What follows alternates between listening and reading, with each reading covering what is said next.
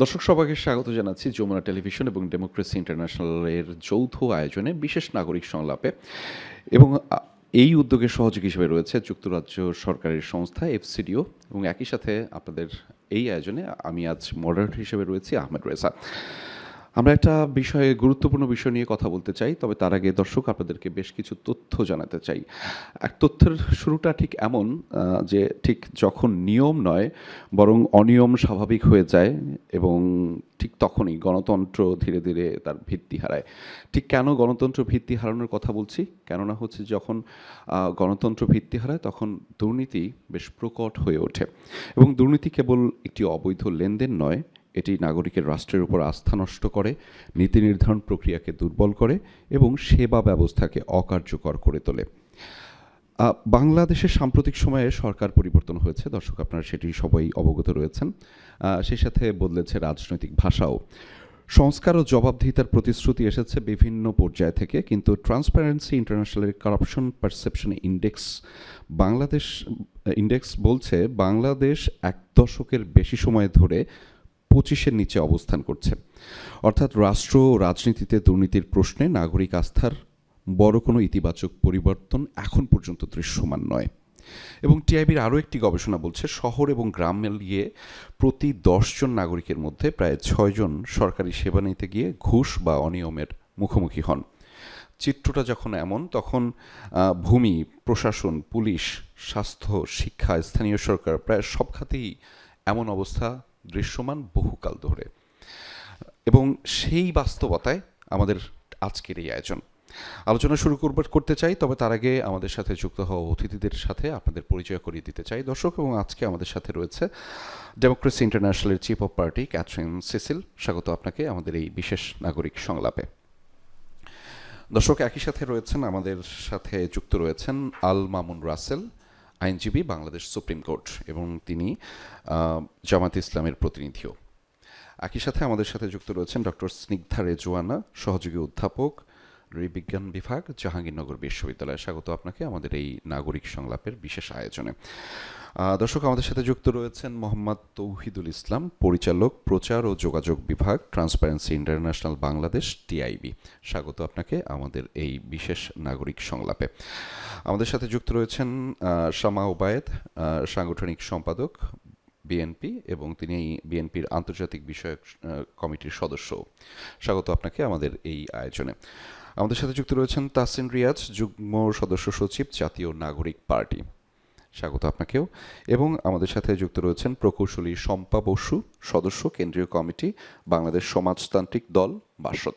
আপনাদের সকলকে স্বাগত জানাচ্ছি আমাদের এই বিশেষ নাগরিক সংলাপে। এবং আপনাদের মাধ্যমে আমরা আসলে অনেক কিছু জানব এবং সেটির মাধ্যমে আসলে আমাদের জানার ব্যাপ্তিটা ক্রমান্বয়ে সেটি আরও ছড়িয়ে পড়বে। তবে একদম শুরুতে স্বাগত বক্তব্য দেওয়ার জন্য আমি বিনীতভাবে আমন্ত্রণ জানাচ্ছি ডেমোক্রেসি ইন্টারন্যাশনালের চিফ অফ পার্টি ক্যাথরিন সিসিলকে। Catherine, now I would like to invite you to have a welcome remarks from you. Thank you. Thanks to Jamuna TV for hosting us today. Thanks to our senior political leaders and experts for joining us today for this important dialogue. Special thanks to the UK's Foreign, Commonwealth and Development Office and the Asia Foundation for their support of the Bangladesh Strengthening Political Accountability for Citizen Empowerment Project, which enables Democracy International to support political parties to strengthen their internal democracy and inter-party cooperation and harmony. Democracy International is organizing a series of dialogues to highlight the top priorities and expectations of citizens. These dialogues provide political leaders with a unique and timely opportunity to present their policies and plans and a platform for expert analysis and recommendations to help the parties to make their plans more realistic, time-bound, and impactful. Today, we're here for the fourth dialogue of the series, highlighting citizen expectations on combating corruption. Data from Democracy International and others show continuing concern about this topic, as well as real expectations that the next government will improve the situation. The cost of corruption to Bangladesh is well documented. For example, a government commission reported that the cost of 8 mega projects rose by 68%, or $7.52 billion, mainly due to corruption, faulty feasibility studies, and delays. Democracy International's opinion polls in Bangladesh for the past decade have always found corruption to be in the top 5 concerns raised by respondents. Data from our November 2025 survey showed that curbing corruption is the 4th priority for the next government in Bangladesh. Moreover, honesty and working in the public interest were the top expectation for members of parliament. Most survey respondents said that Bangladesh is headed in the wrong direction, and corruption was named as one of the top 5 reasons for this. It's useful to remember that many voters have not yet decided which party to support in the election. Democracy International's November poll showed that 33%, including 43% of women, had not decided on their choice. So our discussion today offers political party representatives an opportunity to share their plans at a critical time when voters are making their decisions about the ballot box. The root causes of corruption are numerous and complex, involving laws, regulations, a range of institutions, and norms. Even though our time is limited, it will be useful to hear about specific plans from each party, as well as specific feedback from our experts. One final note, I'm fortunate to have interpretation today. It will be on my phone. So when you see me looking at my phone, please be assured that I am listening and I am paying attention. Onek Dhanabad. It's okay. Thank you so much for your informative and insightful remarks, Catherine. Thank you so much for sharing with us. এবং আমরা আসলে আলোচনার প্রথম পর্বে যেতে চাই এবং আমাদের এই আলোচনাটি 3টি ভাগে বিভক্ত থাকবে। প্রথম পর্বে আপনাদের মতামত, গুরুত্বপূর্ণ মতামত শুনতে চাই, তবে সেটি রাজনৈতিক বিতর্কে নয়, যেহেতু আপনারা অনেকেই এখানে রাজনৈতিকভাবে যুক্ত রয়েছেন। আমরা দুর্নীতির পরিস্থিতিটা বুঝতে চাই একদম শুরুতে, এবং সেটি কি অবস্থায় রয়েছে সেটি আসলে জানতে চাই, এবং সেইটি জানার জন্য আমাদের সাথে যুক্ত রয়েছেন ট্রান্সপারেন্সি ইন্টারন্যাশনাল বাংলাদেশের পরিচালক মোহাম্মদ তৌহিদুল ইসলাম। আপনার কাছে যেতে চাই, এবং ক্যাটরিনের বক্তব্যের মাধ্যমে আমরা দুর্নীতির একটি চিত্র দেখছিলাম, এবং টিআইবির গবেষণাও সেটি আসলে বিচ্ছিন্ন কোনো আচরণ নয়, সেটিও আমরা জানছিলাম বিভিন্ন সময় আপনাদের যে তথ্য উপাত্ত দেওয়া হয়ে থাকে, এবং সেই জায়গা থেকে এটি বলা যায় যে এটি এখন একটি প্রাতিষ্ঠানিক বাস্তবতা, এবং এই বাস্তবতায় দাঁড়িয়ে ঠিক কোন স্তরে পরিবর্তন আনলে দুর্নীতি কমানো যাবে। যখন আমরা বলছি যে আমাদের আইনে দুর্নীতি রয়েছে, প্রশাসনের জায়গায় দুর্নীতি রয়েছে, এবং রাজনৈতিক দলগুলোর মধ্যে অভ্যন্তরীণ যে চর্চা, সেটির মধ্যেও দুর্নীতির চর্চাটা বেশ প্রকটভাবে আছে। আপনার মতামতটা জানতে চাই। ধন্যবাদ। আমার মনে হয় আমি একটু কনটেক্সট দেই, তাহলে আমাদের আলোচনা করতে অনেক সুবিধা হবে যে আমরা আসলে কোন ধরনের দুর্নীতি কমাতে চাই, কিভাবে কমাতে চাই। আমরা যদি আমাদের ট্রান্সপারেন্সি ইন্টারন্যাশনাল বাংলাদেশ, আমরা প্রত্যেক 2 বছর পর পর আমরা মানুষ সরকারি সেবা নিতে গিয়ে কি ধরনের ঘুষ দেয়, মানে it's not a perception survey, it's a experience survey. আপনি ঘুষ দিয়েছেন, আপনি সেটা বলেছেন। আমরা দেখেছি প্রায় বাংলাদেশের 50% হাউসহোল্ড তার যে কোনো সরকারি সেবা নিতে, মানে 17টি সেবা নিতে গেলে 50% হাউসহোল্ড, মানে অর্ধেক হাউসহোল্ড, মানে আমরা যাদের কাছে রিচ করেছি তাদের অর্ধেকই ঘুষ দেন, মানে দিতে বাধ্য হন। এই সংখ্যাটা আপনি যদি দেখেন, এটাকে যদি আমি মানিতে ক্যালকুলেট করি, আমরা অলরেডি একটা 10 to 12,000 কোটি টাকার একটা বড় করাপশনের মার্কেট তৈরি করে রেখেছি। সো এটা একেবারে সাধারণ মানুষের জন্য, এটাকে আমরা বলি, যেটাকে আমরা করাপশন লিটারেচারে যেটাকে বলি মানে পেটি করাপশন। এখন এই ছোট করাপশন, এর বাইরেও কিন্তু করাপশনের নানান ফর্ম আছে। আমাদের এমন কোনো ফর্ম বাংলাদেশে নাই যেটা অনুপস্থিত। এখন আমরা কোন ধরনের, আমরা রাজনীতিবিদদের কাছ থেকে আরও অনেক বেশি দেখতে চাই, আমরা অনেক বেশি পরিবর্তনের কথা বলছি, কিন্তু আমরা দেখতে চাই আসলে ওনারা কোন লেভেলে কী কোন কাজটা করে করাপশনটা চেঞ্জ করতে চান। Unfortunately, though I am not debating, but unfortunately আমরা এখন পর্যন্ত খুব বেশি যে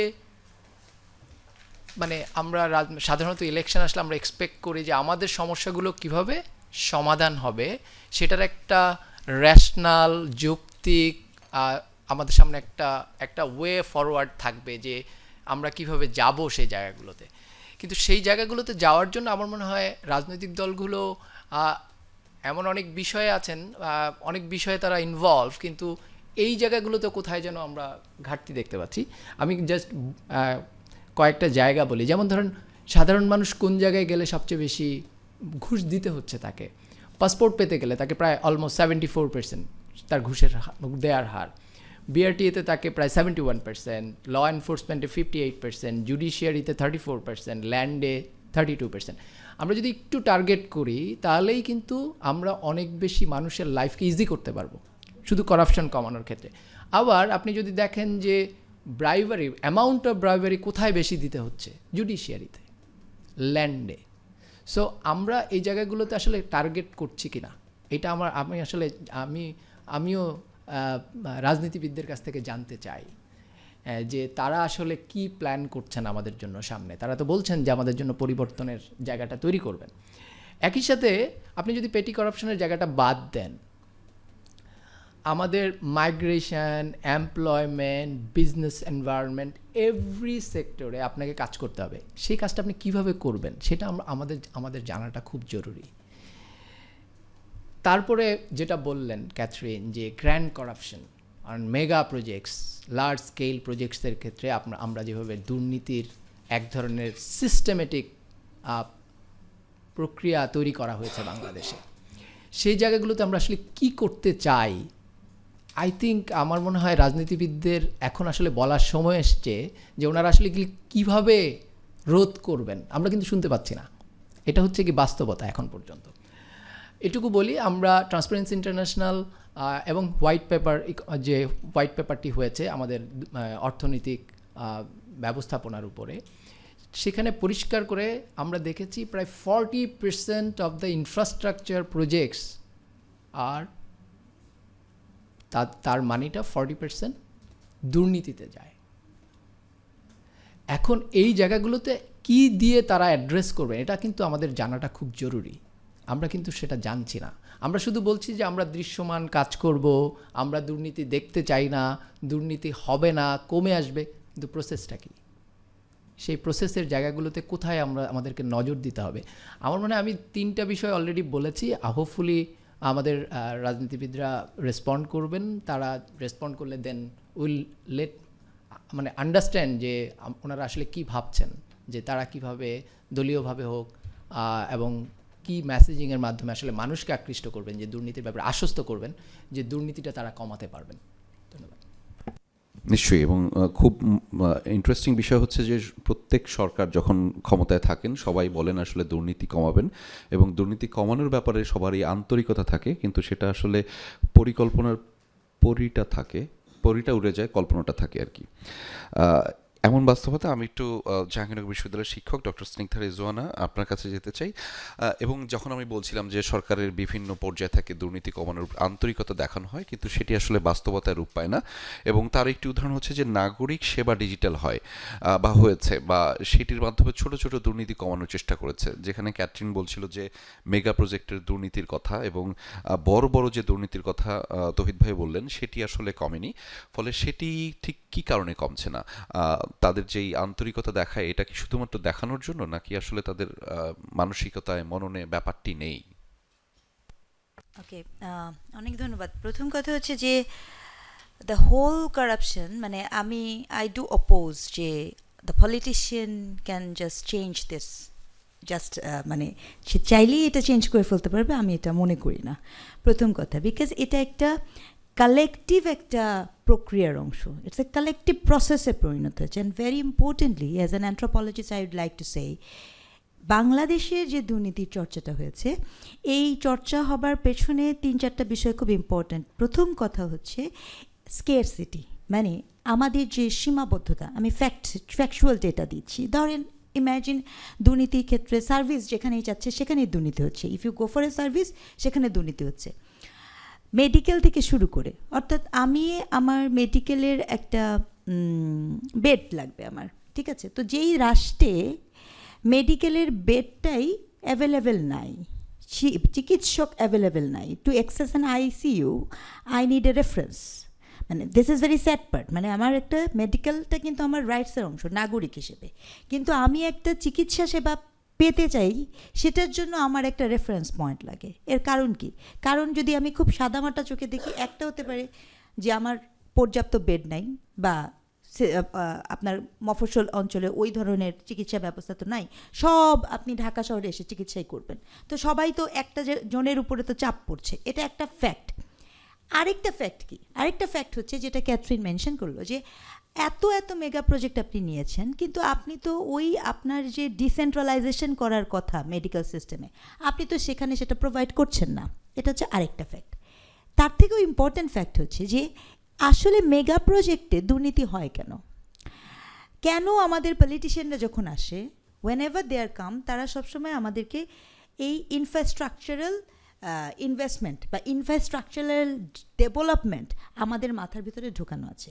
ইনফ্রাস্ট্রাকচারাল ডেভেলপমেন্ট কেন ঢোকানো আছে? কারণ ইনফ্রাস্ট্রাকচারাল ডেভেলপমেন্টের যে পয়সা ব্যবহার করা হবে, সেটার অনেক ভাগিদার তৈরি হবে।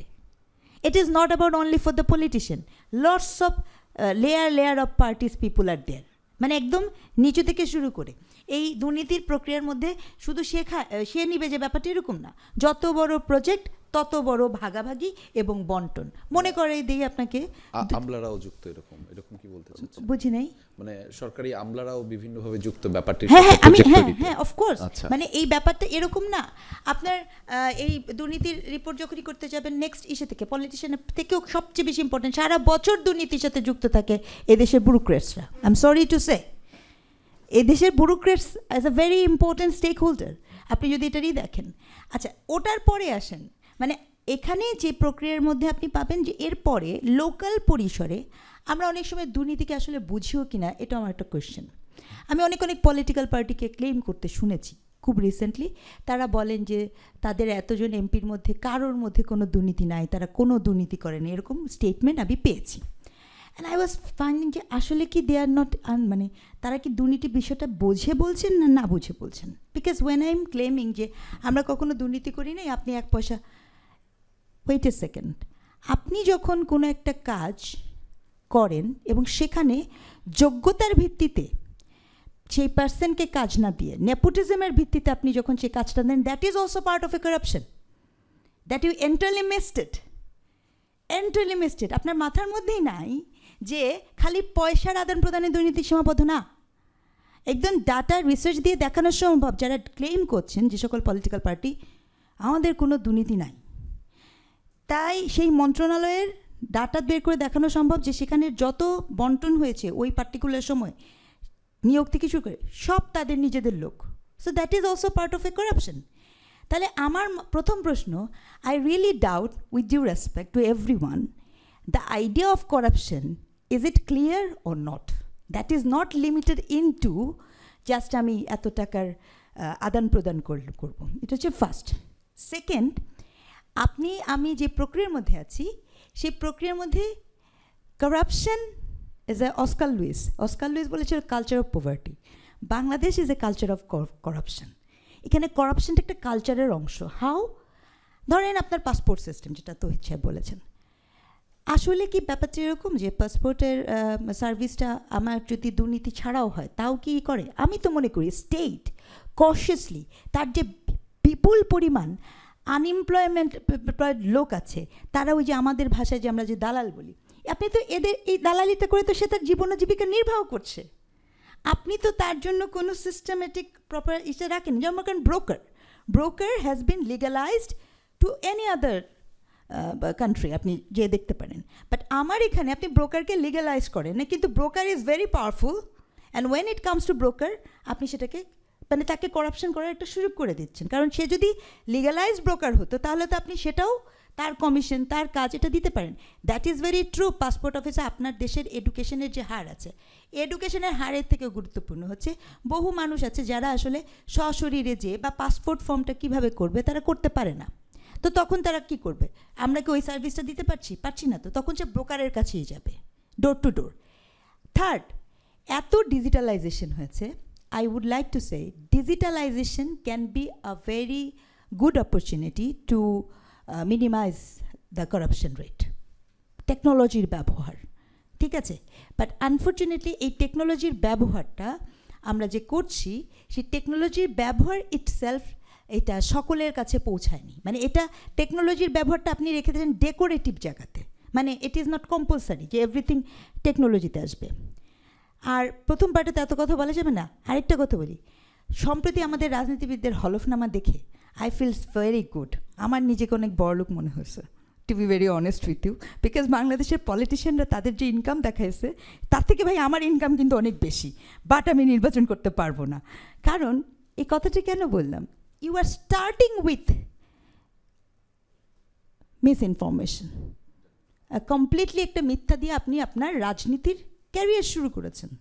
ইউ আর স্টার্টিং যে আপনি ডিক্লেয়ার করতেছেন, আই ডু রিয়েলি ডাউট, মানে আসলেই কি তাই? আমি তো দেখলাম যে বড় বড় পার্টির নেতাদের যে পরিমাণ টাকা আছে তার থেকে তো আমি মিন করছি, ইট ক্যান বি রেকর্ডেড, কিন্তু আমার এই ক্ষমতা নাই। তাহলে অল অফ এ সাডেন আপনারা তো পয়সাটা আসলো কোত্থেকে? এই যে টুইস্টেড ইনফরমেশন, আপনি নিজেই বলছেন যে ইলেকশন করতে গেলে কোটি কোটি টাকা লাগে, আর আপনার হলফনামাতে আপনার কোটি টাকা নাই, আপনার হলফনামাতে আপনার কোটি টাকা নাই, অথচ আপনার ডিজিটাল ফুটপ্রিন্টে পাওয়া যাবে আপনি বলছেন যে কোটি টাকা লাগে। তাহলে পয়সাটা আসলো কোথা থেকে? সো আপনি যখন এই প্রক্রিয়ার মধ্যে দিয়ে যান, what I can say, each and every politician, আমি এটাও বলতে চাই, আপনি পলিটিক্স করেন তাহলে put it politics as your profession, মানে আপনার ইনকাম সোর্সটা তো রাখতে হবে, ইটস ভেরি মানে খুব স্বাভাবিক। এখন যদি আমার যাত্রাই শুরু হয় যে আমি একটা পয়সা দিয়ে রাজনীতি করা শুরু করব, আমার যাত্রাই যদি শুরু হয়, ধরেন আমলাদের কথা বলেছি, আমি ব্রেভারি দিয়ে আমাকে যদি চাকরি পেতে হয় 20 লক্ষ টাকা দিয়ে, তাহলে আমার প্রথম উদ্দেশ্যই থাকবে কত তাড়াতাড়ি আমি ওই 20 লক্ষ টাকাকে 40 লাখ করতে পারবো, আর ওই 2 কোটি টাকাকে আমি 4 কোটি করতে পারবো। সো এই যে একটা টোটাল প্রসেসের মধ্যে হোল সিস্টেমটা এটার মধ্যে আবদ্ধ হয়ে গেছে, এবং সর্বোপরি দুর্নীতির ক্ষেত্রে খুব বেশি গুরুত্বপূর্ণ to change our mind, and this is what I say our. আমরা সবাই কিন্তু এটার অ্যাক্টেড। আমি প্রথমেই বলেছি আই ডোন্ট ওয়ান্ট টু, মানে আমি এখানে শুধু পলিটিশিয়ান, শুধু আমলা এটা বলতে চাই না। আমাদের প্রসেসিংটি এরকম হয়েছে, আমরা একটা চর্চার মধ্যে আবদ্ধ হয়ে গেছে। আপনি হাসপাতালে একটা স্পেশাল সেবা পেলে সেই সেবাটা নিলে আপনি মনে করেন ওকে আমি বকশিস দেবো। কেন? ওটা তো আমার পাওয়ার কথা, মানে আপনি বকশিসটা আমি কেন দিব? এটা তো আমি, ইটস মাই রাইট, কেন দিব? তো এই পুরা প্রসেসের মধ্যে যখন আমরা চক্র আকারে চলছি, এটা হচ্ছে মেইন অফ দ্য রিজন যে আপনি এখানে একটা জিনিস ধরে এটা কি করতে পারবেন না। ফার্দার নেক্সট সেশনে যখন আসবে তখন আমি আরও কিছু হয়তো বলবো। Thank you. ধন্যবাদ। আপনি যখন বলছিলেন যে কালেকটিভ প্রসেসের কথা এবং একই সাথে জানান দিচ্ছিলেন যে আমলাদের নৈতিকতা নিয়েও কথা বলেছেন, প্রশ্ন তুলেছেন, এবং সম্পদের সীমাবদ্ধতা নিয়ে কথা বলেছেন, সেবার যে বিকেন্দ্রীকরণ সেটি নিয়েও বলেছেন, এবং একটা চর্চা যেটিকে গুরুত্ব দেওয়া হয়েছে। আমি আপনার কাছ থেকে এটাও শুনতে চাচ্ছিলাম যে সেই চর্চাটা শুরুটা হয়তো কোনো না কোনোভাবে আমাদের শিক্ষা প্রতিষ্ঠান থেকে, এবং সেটা ছোটোবেলা থেকেই আমরা যে ওই যে একটা মিথ্যা দিয়ে একজন রাজনীতিবিদ শুরু করেন, আমাদের স্কুলগুলোতেও কেননা কেমন করে যেন অনেকটা শুরু হয় মিথ্যা দিয়ে, সেটা বয়স কমানো থেকে শুরু করে বয়স বাড়ানো থেকে শুরু করে চলছে, এবং বিভিন্নভাবে বিষয়গুলো আসছে। এবং যখন এই অবস্থা, তখন রাজনৈতিক দলগুলোর প্রতি আমরা পয়েন্ট আউট করছি বা আমরা আঙুল তুলছি, এবং তাদের বক্তব্যটা কী, এবং যখন তারা অর্থনৈতিক বৈষম্য নিয়ে কথা বলেন, সরকারের এই যে বিকেন্দ্রীকরণ সেবা নিয়ে কথা বলেন, এবং সেটি নিয়ে আন্দোলন করেন, যারা প্রতিনিয়ত আন্দোলন করেন, সম্ভবত আমি আপনার কথা বলছি মূলত, এবং সেখানে আপনারা নানান ধরনের বার্তা সরকারের কাছে পৌঁছে দিতে চান, কিন্তু রাষ্ট্রীয় প্রতিষ্ঠানগুলো কি সেই বার্তা শোনেন না? সেই প্রতিষ্ঠানেরগুলোর কি আপনি আপনার কথাটা পৌঁছাতে পারেন না যে আপনি যে দুর্নীতি করছেন, রাষ্ট্র যে দুর্নীতি করছে, রাষ্ট্র যে দুর্নীতিকে প্রশ্রয় দিচ্ছে, আপনারা কি কোনোভাবে ব্যর্থ হচ্ছেন সেই রাষ্ট্রের কাছে আপনার বার্তাটা পৌঁছে দেওয়ার জন্য? সবাইকে শুভেচ্ছা জানাই। ব্যর্থ বলতে আমরা আসলে যেটা ম্যাডামের কথার সুর ধরে আমি বলছি, স্নিগ্ধা ম্যাডামের, যে আমাদের পুরো প্রক্রিয়াটাই কিন্তু এখন দুর্নীতির ভিতর আমরা আছি। তো সেই জায়গাটায় আমরা, যে উনি বললেন যে আমাদের কালচারাল জায়গাটা চেঞ্জ করা, সেটাই আমরা কিভাবে করব। আমরা কিন্তু যেটা আমাদের দল থেকে আমরা যেটা বুঝি, বাংলাদেশের সমাজতান্ত্রিক দল বাসদের পক্ষ থেকে, যে একটা পুঁজিকেন্দ্রিক ক্ষমতা কাঠামো কখনোই পুরোপুরি দুর্নীতিমুক্ত হতে পারে না, কারণ পুঁজির ধর্ম হচ্ছে মুনাফা করা। তো সেই জায়গা থেকে মুনাফার কিন্তু কোনো নীতি নৈতিকতা থাকে না। ফলে যখন একটা রাষ্ট্রের প্রধান ভিত্তি হয়ে ওঠে, যে পুঁজিবাদী সমাজের যেটা ব্যবস্থা হয়ে ওঠে, যে অর্থ থাকলে সব কিছু পাওয়া যায়, ফলে যে কোনো প্রকারে অর্থ আয়টাই হচ্ছে সেখানে মুখ্য বিষয় হয়ে যায়। এখানে কোনো নীতি নৈতিকতা, সেই মূল্যবোধের বিষয়গুলো কিন্তু বিসর্জন হয়ে যায়। যার কারণে আমরা মনে করি যে এটা যদি একদম সমূলে উৎপাটন করতে হয়, তাহলে যত বেশি গণমুখী অর্থ ব্যবস্থা করা যাবে, যত বেশি প্রশাসন সমস্ত রাষ্ট্র কাঠামোকে জবাবদিহিতার আওতায় আনা যাবে, যত বেশি এটাকে আপনার আইনের শাসন প্রতিষ্ঠা করা যাবে, আইন শৃঙ্খলা পরিস্থিতির উন্নতি করা যাবে, একটা গণতান্ত্রিক চর্চা সমস্ত জায়গায় চলবে, মানুষের অধিকার তার কাছে সমুন্নত থাকবে, তত বেশি কিন্তু দুর্নীতিটা কমানো সম্ভব হবে। মানে একদম পুঁজিবাদী ব্যবস্থায় পুরোপুরি দুর্নীতি, এমনকি আপনি যদি বিশ্বের দেশগুলোও দেখেন, ট্রাম্পও কিন্তু দুর্নীতিগ্রস্ত মানুষ। তো সারা বিশ্বব্যাপী এখন দেখা যাচ্ছে যে দুর্নীতি কিন্তু হয়তো একটা বিভিন্ন ইউরোপিয়ান কান্ট্রিগুলোতে দেখা যাচ্ছে যে নাগরিক যা সেবার ক্ষেত্রে হয়তো দুর্নীতিটা নাই, কিন্তু বড় পর্যায়ে দুর্নীতি রয়েছে। ফলে পুঁজিবাদী ব্যবস্থা, সাম্রাজ্যবাদী ব্যবস্থা আপনি পুরোপুরি দুর্নীতি নির্মূল করতে পারবেন না। যত বেশি আমি বৈষম্য কমিয়ে আনবো, তত বেশি দুর্নীতিকে কমিয়ে আনা সম্ভব হবে বলে আমরা মনে করি। আরেকটা বিষয় আমরা মনে করি, সেটা হচ্ছে যে যেমন আমরা যদি শ্রমের মূল্যটাকে প্রাধান্য দিতে পারি, অর্থাৎ স্কুল কলেজ থেকে যদি আমরা এই বিষয়টাকে নিয়ে আসতে পারি, একটা জীবন বোধ তৈরি করা, মানে একটা মানুষের জীবনের উদ্দেশ্যটা কী হবে, তার জীবন পরিচালনার ক্ষেত্রে তার মোটিভটা কী হবে, এইটা যদি আমরা একটু নিয়ে আসতে পারি। যেমন ধরেন আমাদের কৃষক, খেটে খাওয়া শ্রমিক, এরা কিন্তু কেউ দুর্নীতিগ্রস্ত না, এরা দুর্নীতি করে না, কিন্তু তাদের সমাজে মূল্যায়নটা কী? একজন কৃষক শ্রমিকের মূল্যায়নটা কিন্তু খুবই কম, মানে তারা মূল্যায়িতও হন না। আমরা একটা রিক্সাওয়ালাকেও দেখা যায় যে ছোট, সে বড় মানে বয়স্ক রিক্সাওয়ালাকে তুই করে ডাকছে, তুমি বলে ও সম্বোধন করছে, মানে সমাজের ন্যূনতম যে সম্মানের জায়গাটুকু তিনি পাচ্ছেন না। তাহলে যে যারা দুর্নীতিগ্রস্ত না, সমাজে যদি এই মোটিভ হয়ে যায় যে শ্রমের মূল্যটা না থাকে, সেখানে যদি যারা সত্যিকারের নৈতিক মানুষ তাদেরকে মূল্যায়ন করা না হয়, সেই সমাজ তো দুর্নীতিগ্রস্ত শুরু থেকেই হয়ে আছে। তাহলে এটা যে রন্ধ্রে রন্ধ্রে দুর্নীতি পৌঁছে গেছে, এটা নির্মূল করার জন্যে আমাদের একটা আমূল পরিবর্তন ছাড়া কিন্তু সম্ভব না। একটা হচ্ছে যে রাষ্ট্র যেহেতু তার প্রতিষ্ঠানকে নিয়ন্ত্রণ করে, সরকার প্রতিষ্ঠানগুলোকে নিয়ন্ত্রণ করে, ফলে সে একটা বড় ব্যবস্থা রাখতে পারে যে সমস্ত ক্ষেত্রে জবাবদিহিতা। আমরা কিন্তু অনেক আইন দেখেছি, আমাদের আয়কর আইন এত কঠিন হয়েছে যে সাধারণ মানুষের জন্য কঠিন হয়ে গেছে, কিন্তু মানে আসলে কি দুর্নীতি কমানো গেছে? আইন কিন্তু কঠোর কঠোর আইন আছে, কিন্তু আমরা দেখছি যে সেই প্রয়োগগুলো, মানে জবাবদিহিতার জায়গাগুলো কিন্তু সঠিকভাবে নাই, প্রয়োগটা হচ্ছে না। এবং সমস্ত ক্ষেত্রে গণতান্ত্রিক ব্যবস্থার চর্চাটা যে হওয়া দরকার, সেটারও কিন্তু আমরা অভাব দেখছি। আমি যদি একটু উদাহরণ দিই, সেটা আমরা দেখব যে আমরা গত আমলের কথাও যদি বলি, সেই সাবেক প্রধানমন্ত্রী যখন শেখ হাসিনা ছিলেন, তখন তিনি তার পিয়নের দুর্নীতির কথা বলছিলেন যে 400 কোটি টাকা। এবং দেখেন আমরা কিন্তু মানে সেটার কোনো, মানে তিনি এক ধরনের গর্বের সাথে যেন বলছেন, মানে এটার কোনো বিচার হচ্ছে না সেটা নিয়ে, এত ভয়াবহ দুর্নীতি। আমরা কিন্তু একটা গণ অভ্যুত্থানের মধ্য দিয়ে একটা নতুন স্লোগান শুনলাম যে নয়া বন্দোবস্ত, বৈষম্যমূলহীন বাংলাদেশের কথা শুনলাম, কিন্তু আমরা যখন অন্তর্বর্তীকালীন সরকার গঠিত হলো তার পরপরই কিন্তু আমরা দেখলাম যে প্রধান উপদেষ্টাদের 666 কোটি টাকা খুব দ্রুত মওকুফ হয়ে গেল। তো এই দৃষ্টান্তগুলো কি ভালো? এই দৃষ্টান্তগুলো কিন্তু আমরা দেখি যে এক ধরনের যে ক্ষমতাকেন্দ্রিক যে মানে ক্ষমতা কেন্দ্রিক যে বিষয়গুলো থাকে, দুর্নীতির বিষয়গুলো থাকে, সেগুলো কিন্তু এই সব দৃষ্টান্তের মধ্য দিয়ে আমরা মনে করি সেটা আরও প্রশ্রয় পায়। নিশ্চয়ই আমাদের আপনাদের এই আলোচনাগুলো এবং কথাগুলো সেই প্রশ্রয়কে আসলে দিবে না, এবং সেটাই আমরা বিশ্বাস করতে চাই। এবং যখন আপনি বলছিলেন গণ অভ্যুত্থান, যখন আপনি আপনার বক্তব্যে বলছিলেন মুনাফার নীতি নৈতিকতা এবং গণমুখী অর্থ ব্যবস্থা, তখন সবসময় আমরা বলি যে আমাদের তরুণরা আছে এবং তরুণরা সেটিকে এগিয়ে নিয়ে যাবেন তাদের বক্তব্যের মাধ্যমে, তাদের প্রতিশ্রুতির মাধ্যমে, এবং তরুণরা আছে বলেই আমরা একটু আশা দেখতে পাই, আলো দেখতে পাই। এবং যখন আমরা তরুণদেরকে নিয়ে কথা বলি তখন তাদের রাজনীতিতে আগ্রহ সেটিকে আমাদেরকে একটু আশান্বিত করে, আশা দেখায়। এবং সেই ক্ষেত্রে আমি এই মুহূর্তে জাতীয় নাগরিক পার্টি এনসিপির যুগ্ম আহ্বায়ক তাহসিন রিয়াজ আপনার কাছে যেতে চাই। আপনারা খুব জোরালোভাবে বলেন যে দুর্নীতির আশ্রয় আপনারা দিবেন না, প্রশ্রয় আপনারা দিবেন না, কিন্তু অনাস্থাটা কাটছে না। কেন কাটছে না, কি মনে হয় আপনার? আন্তরিকভাবে ধন্যবাদ জানাচ্ছি যারা আমাকে শুনছেন, দেখছেন।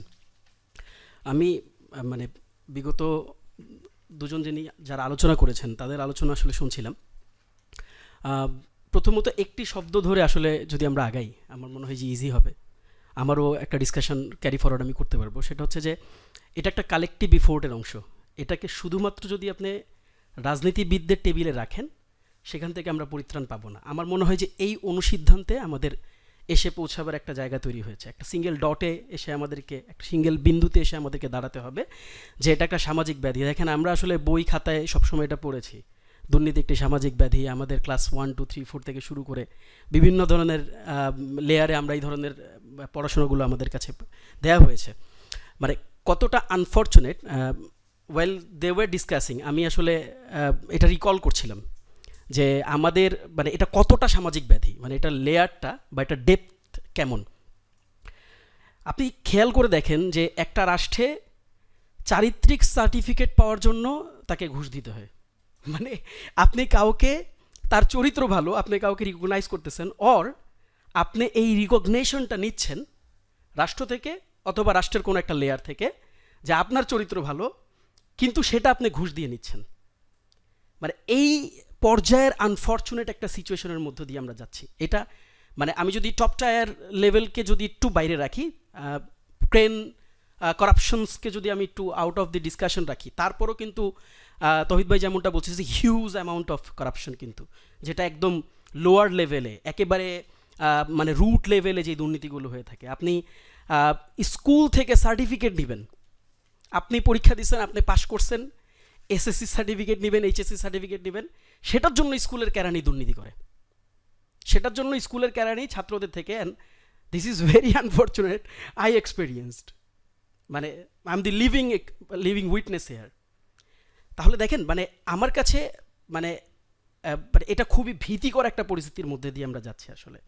মানে এটা শুধুমাত্র নতুন বন্দোবস্তের আলাপ না, এটা শুধুমাত্র পলিটিক্যাল সারফেসের ডিসকাশন না, এটা আমাদের কালেকটিভ এফোর্টের একটা অংশ, এটা একটা কালেকটিভ অ্যাপ্রোচের অংশ এবং একটা কম্প্রিহেন্সিভ একটা মানে উদ্যোগের একটা অংশ। কাজেই ওই উদ্যোগটা আমাদেরকে নিতে হবে। আমি জাস্ট আলোচনাটাকে একটু আগাই। 3টা কেস আমরা যখন নিজেদের মধ্যে ডিসকাস করছিলাম, as being a very new political party, আমরা যখন ডিসকাস করছিলাম, আপনি জানেন যে আমাদের 24 পয়েন্টস ম্যানিফেস্টো আছে, সেখানে আমরা দুর্নীতি নিয়ে আমরা কিছু কথা বলেছি। আমরা ডিসকাশন করতে গিয়ে পার্টিকুলার 3টা case, there are many cases, but particular 3টা কেস আজকে জাস্ট যেহেতু ছোটো ডিসকাশন, আমি 3টা কেস বলি, তারপর সময় থাকলে আমাদের পজিশনটা নিয়ে আমরা ডিসকাস করব। ফার্স্ট কেস হচ্ছে সিঙ্গাপুর। আপনি সিঙ্গাপুরের দিকে যদি তাকান, 1950-60-এর দিকে, হাইলি করাপ্টেড কান্ট্রি ইট ওয়াজ, একেবারে রন্ধ্রে রন্ধ্রে দুর্নীতি ইন এভরিওয়্যার। এই যে আমি বললাম না, সার্টিফিকেশনের যে দুর্নীতি, চারিত্রিক সনদপত্রের যে দুর্নীতি, প্রত্যেকটা লেয়ারে লেয়ারে সেখানে দুর্নীতি ছিল। পাবলিক লিটারালি মানে সাফোকেটেড ছিল, এবং সে না পারতে, যেমন আমি যেটা করছি, মানে আনফর্চুনেট তো, আপনি যেটা করছি, দেখেন আজকে আপনার এনআইডির একটা সংশোধন লাগবে। কেন লাগবে? কারণ আপনাকে পাসপোর্ট অফিসে দিতে হবে। কেন পাসপোর্ট অফিসে দিতে হবে? আপনার মেইলে একটা ইনভাইটেশন এসে বসে আছে আপনাকে ফ্লাই করতে হবে খুব সুন। এখন যে টাইমলাইন আপনাকে দিয়ে দেওয়া হয়েছে ওই টাইমলাইন আপনি মিট করতে পারতেছেন না তো, তাহলে আপনি কি করবেন? You will pay for getting the like কী বলবো, যেটার জন্য আপনি ফাইট করছেন আপনি টাকা দিবেন, সেটাকে আপনি পার্সু করে নেবেন। This is how we go. এবং এভরি ওয়ান কিন্তু আপনি দেখেন আমরা কেউ এটার বাইরে না। আমি যদি সৎ হয়ে বলি আমরা কেউই এই লেয়ারের এই অংশের বাইরে যাইতে পারি না। সিঙ্গাপুরের কেসটা সিমিলারলি এরকম একটা কেস ছিল। তারপর যখন রাজনৈতিক সরকার বসে তারা ইমিডিয়েটলি হচ্ছে আপনার এই কারাপশনকে কেন্দ্র করে তারা হচ্ছে কারাপ্ট পার্টিস ইনভেস্টিগেশন ব্যুরো, এটা খুবই নোন একটা অর্গানাইজেশন সিঙ্গাপুরের, তারা একটা উদ্যোগ গ্রহণ করলো। আমাদের যেমন এন্টি কারাপশন এটা একটা হোয়াইট এলিফেন্টের মতন বাংলাদেশে, আমাদেরকে এটা এখন বলতেই হয়, বাট সেটা হোয়াইট এলিফেন্টের মতন কিন্তু ফাংশন করে নাই। সেটা কিভাবে ফাংশন করছে আমি জাস্ট আপনাকে একটু বলি। ইমিডিয়েটলি সেখানকার যিনি উন্নয়ন মন্ত্রী বলি আমরা যদি তাকে, সেই মন্ত্রীর বিরুদ্ধে সেই পার্লামেন্টে সেই সরকার ব্যবস্থায় তার বিরুদ্ধে দুর্নীতির অভিযোগ উত্থাপিত হলো এবং সিভিয়ারলি উত্থাপিত হলো। এবং রাষ্ট্র পাবলিক ডিমান্ড, দেখেন আমি জাস্ট একটা জায়গায় নিয়ে যেতে চাচ্ছি, পাবলিকের অ্যাওয়ারনেস থেকে লোয়ার লেভেল থেকে একটা অ্যাওয়ারনেস ডেভেলপ করলো এবং পাবলিক ডিমান্ড করা শুরু করলো যে হি শুড বি এক্সিকিউটেড। এবং তার বিরুদ্ধে কিন্তু সেই ক্যাবিনেটের মন্ত্রী কিন্তু যেই সরকার সে সময় ক্ষমতায়, রাষ্ট্র কিন্তু বাধ্য হয়ে তার বিরুদ্ধে কিন্তু অ্যাকশন নিতে বাধ্য হলো। তার বিরুদ্ধে আমরা দেখলাম ইনভেস্টিগেশন হলো এবং investigation during the period of investigation এই ভদ্রলোক সুইসাইড করলেন। এবং প্রাইম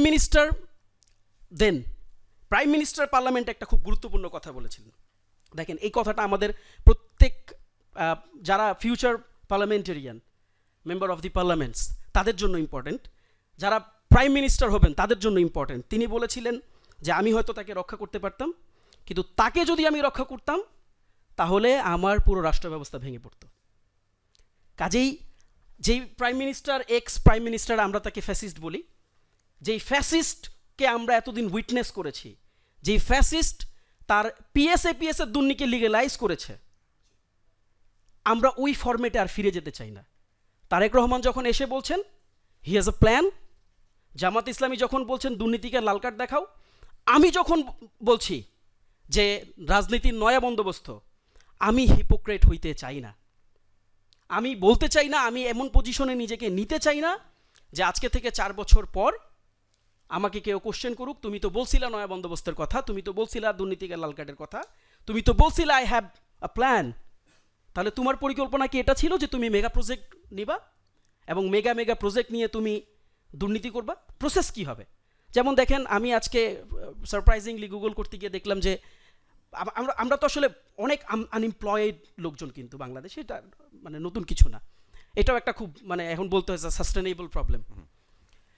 তো সেখানে দেখলাম একটা পার্টি কমিটমেন্ট করেছে যে এদেরকে আমরা যতদিন পর্যন্ত তারা বেকার থাকবে, দেখেন একটা খুবই সিভিয়ার কেস এখানে, যতদিন তারা বেকার থাকবে তাদেরকে আমরা করব, মানে ভাতা দিব।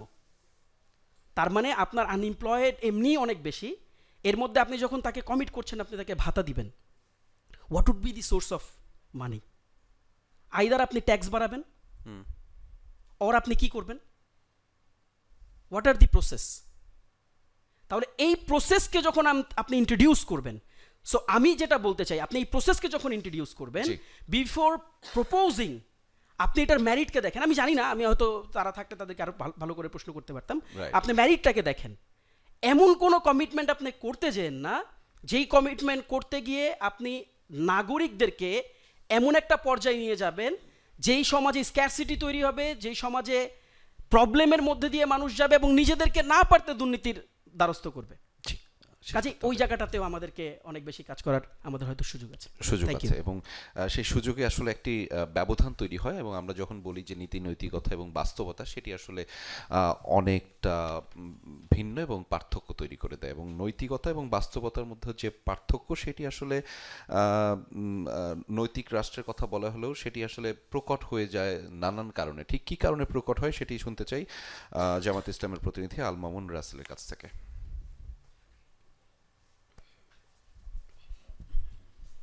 জি, অসংখ্য ধন্যবাদ আমাকে চমৎকার প্রয়াসে অন্তর্ভুক্ত করার জন্য। আসলেই এই অনিয়ম যখন নিয়ম হয়ে যায় বাংলাদেশে, আপা একটু আগে বলছিলেন যে আমাদের বাংলাদেশের গরিব যারা আছে বা রিক্সা চালক যারা আছে তারা কিন্তু দুর্নীতি করে না। আমি মনে করি বাংলাদেশের প্রত্যেকটা each and every sector has been corrupted. আপনি সক্রেটিস একটা চমৎকার কথা বলেছেন যে তিনি বলেছেন character means lack of chance, চরিত্র মানে সুযোগের অভাব। আপনি চরিত্রবান কখন হবেন, আপনি চরিত্রবান কখন আপনাকে করা হবে, যখন আপনার সুযোগে পেয়েছেন, সুযোগ পাওয়ার পর আপনি সুযোগটা কাজে লাগাচ্ছেন কিনা। আপনি দেখেছেন আমাদের রেল মন্ত্রণালয় নিয়ে ব্যাপক কথা হতো এবং সবচেয়ে বেশি কথা বলতেন সুরঞ্জিত সেনগুপ্ত সাহেব, সবচেয়ে বেশি মরহুম তিনি সবচেয়ে বেশি কথা বলতেন। কিন্তু যখন ওনাকে এই মন্ত্রণালয়ের দায়িত্ব দেওয়া হলো তখন আমরা কি দেখেছি, কালো বিড়াল দেখেছি।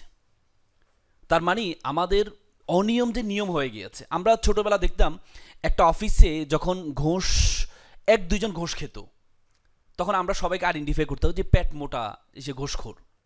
আর এখন অফিসে সবাই ঘোষ খায়, 1-2 জন যারা ঘোষ খায় না তাদেরকে আমরা বলি মাথা মোটা, বোকা। তার মানে আমাদের সোসাইটিটা কিভাবে পরিবর্তন হয়েছে, আমাদের সমাজ কিভাবে পরিবর্তন হয়েছে, চিন্তা ধারণাটা কিভাবে পরিবর্তন হয়েছে। তার মানে আমরা এখন যে অপরাধগুলো করি, আমরা যে দুর্নীতিগুলো করি, দুর্নীতি মানে তো নীতির বিপরীতে। আমরা যখন দুর্নীতিগুলো করি তখন আমরা এটাকে একটা মানে এটাকে আমি মনে করি চোর যখন চুরি করে, আমরা তো লয়ার, আমাদের কাছে যখন ক্লায়েন্টরা আসে চোর যখন চুরি করে সে একটা যুক্তি দেয় আমি কেন চুরি করি। সে যুক্তি দেয় আমি চুরি করি, যান বাঁচানো ফরজ, আমার ছেলে মেয়ের না খেয়ে থাকবে তাদেরকে বাঁচানোর জন্য আমি চুরি করেছি। মানে প্রত্যেকে একটা যুক্তি খুঁজে নেয়। কিন্তু আমি মনে করি দেখেন আমাদের সমাজে প্রত্যেক জায়গায় এখন আপনি একটা প্রত্যেকটা জায়গার একটা নির্দিষ্ট সময়সীমা দেওয়া আছে। যেমন আমাদের এই যে মামলাগুলো যেমন তদন্ত দেওয়া হয়, একটা তদন্তের একটা সময়সীমা দেওয়া থাকে, 60 দিনের কার্য দিবসের মধ্যে করবে। সেখানে আবার বলা হয় যদি 60 দিনের মধ্যে না পারা হয় তাহলে আরও অতিরিক্ত 15 দিন বা অতিরিক্ত আপনি টাইম নিতে পারবেন উইথ কনসার্ন অফ কোর্ট। তখন এই সুযোগটা কাজে লাগায় কীভাবে 50 দিন থেকে কাজ শুরু করে তদন্ত কর্মকর্তা শেষের দিকে, এরপরে কি অনুমতি নেয়। কারণ তিনি জানেন তিনি যত লেন্দি করবেন বাদী বিবাদী তার কাছে আসবে রিমিডির জন্য। যখন তার কাছে আসে তখন তিনি কি চান, তিনি 2 পক্ষ থেকে সুযোগ সুবিধা নেন। বাদীকে বলে আপনার পক্ষে আমি এটা দিব, আপনি আমাকে কিছু স্পিড মানি দেন। এটাকে এখন নতুন ট্রাম ব্যবহার করে স্পিড মানি। আগে বলা হতো এটা ঘোষ, এখন এটা ঘোষ বলে না, এটা স্পিড মানি। এবং আমি অবাক হয়েছে ওই দিন একটা এগ্রিমেন্টের মধ্যে লেখা আছে স্পিড মানির কথা। মানে এটাকে বৈধ কিভাবে করা হচ্ছে, লিগেলি কিভাবে এটাকে করছে, যে এগ্রিমেন্টে বলা আছে যে স্পিড মানি বাবদ এত টাকা। আবার সেটার জন্য উনি আইনি প্রতিকার জন্য আমার কাছে আসেন। আমি বললাম আপনি তো শুরু থেকে আপনি তো যে স্পিড মানি লেগেছেন এটাই তো একটা অপরাধ, আপনি আবার এটার আইনি প্রক্রিয়া কী পাবেন। তার মানে একটা তদন্ত কর্মকর্তা যখন তার কাছে বাদীর কাছে যায় তখন বাদীকে বলে যে আমি আপনার পক্ষে দিব, আপনার পক্ষে দিব, আপনি আমাকে একটু স্পিড মানি দেন, দিচ্ছে। আবার বিপরীত পক্ষে আসামি পক্ষকে বলে আমি আপনার মামলাটা একটু উইক করে দিব, ধারাটা একটু কমিয়ে দিব, আপনি আমাকে কিছু সুযোগ সুবিধা দেন। এই 2 পক্ষ থেকে সুযোগ সুবিধা নিচ্ছে কেন, ডিউ টাইমে হচ্ছে না বলে। এই যে এই অ্যাকাউন্টেবিলিটির জায়গাটা আমি মনে করি দেখেন দুর্নীতির জন্য সবচেয়ে বড় কথা হচ্ছে আমরা তো দুর্নীতি দমন কমিশন বলি, আমরা যারা দুর্নীতির বিরুদ্ধে কথা বলি আমাদের সবচেয়ে বড় সমস্যা হচ্ছে আমরা নিজেরা দুর্নীতি পরায়ণ, শস্যের মধ্যে ভূত আছে। এখান থেকে আমরা যারা ইসলামকে ওন করি আমাদের ধারণা হচ্ছে আমরা we have to take the lesson from the Almighty. আমাদের কোরআন থেকে লেসন নিতে হবে। কোরআনে বলছে লিমা তাকুলুনা মালা তাফালুন, তুমি নিজে যা করো না তা অন্যকে করতে বলিও না, নিজে যা করো না তা অন্যকে করতে বলিও না। প্রথমে নিজেকে পরিবর্তন, if you want to change the country you have to change yourself. নিজেকে পরিবর্তন করতে হবে। জামাত ইসলাম তাদের যে কার্যক্রম, আপনি শত্রুরা পর্যন্ত বিশ্বাস করে যে জামাত ইসলাম মোরালি দুর্নীতির দিক থেকে তারা একবারে জিরো, এটা শত্রুরা পর্যন্ত বিশ্বাস করে। আমাদের কোর্টের জগতে যখন কোনো একজন বিচারক অবৈধ কোনো সুযোগ সুবিধা নেয় না এবং কোনো সিনিয়র আসলে আপনি দেখেন সিনিয়রদেরকে সুযোগ সুবিধা দেয়, মানে ওনারা যখন আসে ওনাদের সম্মান দেখে, কারণ চিন্তা করে ওনাদের থেকে প্রমোশন, ওনারা যদি একটু করে প্রমোশন। আপনি দেখেন রিসেন্টলি হাদির যে 2টি অস্ত্র সহ গ্রেপ্তার হয়েছিল, এই যে ছেলেটার নাম কি যে হাদিকে গুলি করেছিল, সেই ছেলেটা যখন মাত্র 3 মাসের মাথায় 2টি অস্ত্র সহ সে যখন জামিনটা পেল, জামিনে শুনানি করেছে কি একজন পলিটিশিয়ান। তিনি যখন করেছেন তখন বিচারপতি চিন্তা করলেন যে ওনাকে সুযোগ সুবিধা আমাকে দিতে হবে, জি আমাকে সুযোগ সুবিধা দিতে হবে। সেই জায়গা থেকে ইসলামের জায়গা থেকে আমরা মনে করি প্রথমে নিজের মধ্যে পরিবর্তনটা নিয়ে আসতে হবে। এবং কি আমাদের কোর্টের জগতে বলে যখন কেউ অবৈধ সুযোগ সুবিধা নেয় না এবং কি কোনো সিনিয়রকে কখনো পাত্তা দেয় না, তাকে বলে সবসময় বলে বিএনপি লোকজন বলে এ তো মনে হয় জামাত করে, মানে বিচারপতিকে বলে জামাত করে। তার মানে কি, কেউ যদি অসৎ না তখন তাকে ব্লেম দেওয়া হয় সে জামাত করে, নেগেটিভলি পজিটিভলি হোক। কিন্তু এটাই, তার মানে এটা কোথা থেকে আসছে? আপনি দেখেন মানুষ, আমরা যখন দুর্নীতি করি, কোথা থেকে দুর্নীতি করি? আমরা দুর্নীতি করি যে আমাকে কেউ দেখছে না, এই জন্য আমি করছি। কিন্তু আপনি যদি মনে করেন আমাকে কেউ দেখছে না, উপর অলমাইটি আল্লাহ আমাকে দেখছেন, তখন কিন্তু আপনার মোরালিটির জায়গাটা পরিবর্তন হবে। এই জন্য সমাজকে যদি আজকে দুর্নীতি পরিবর্তন করতে হয়, এই যে প্রথমে বললাম রিক্সা চালক দুর্নীতি করছেন, আপনি একটা রিক্সা চালক, একটা আননোন পার্সন ঢাকা শহরে আসলো, সে দেখবেন আপনাকে 4-5 মাইল ঘুরিয়ে আপনাকে আপনার গন্তব্যে নিবে, আপনার থেকে ডাবল ট্রিপল ভাড়া নিবে। তার মানে এটা কি দুর্নীতি নয়? তার মানে প্রত্যেকটা রন্ধে রন্ধে হয়েছে। এই রন্ধ পরিবর্তন করার জন্য প্রথমে নিজেকে পরিবর্তন করতে হবে।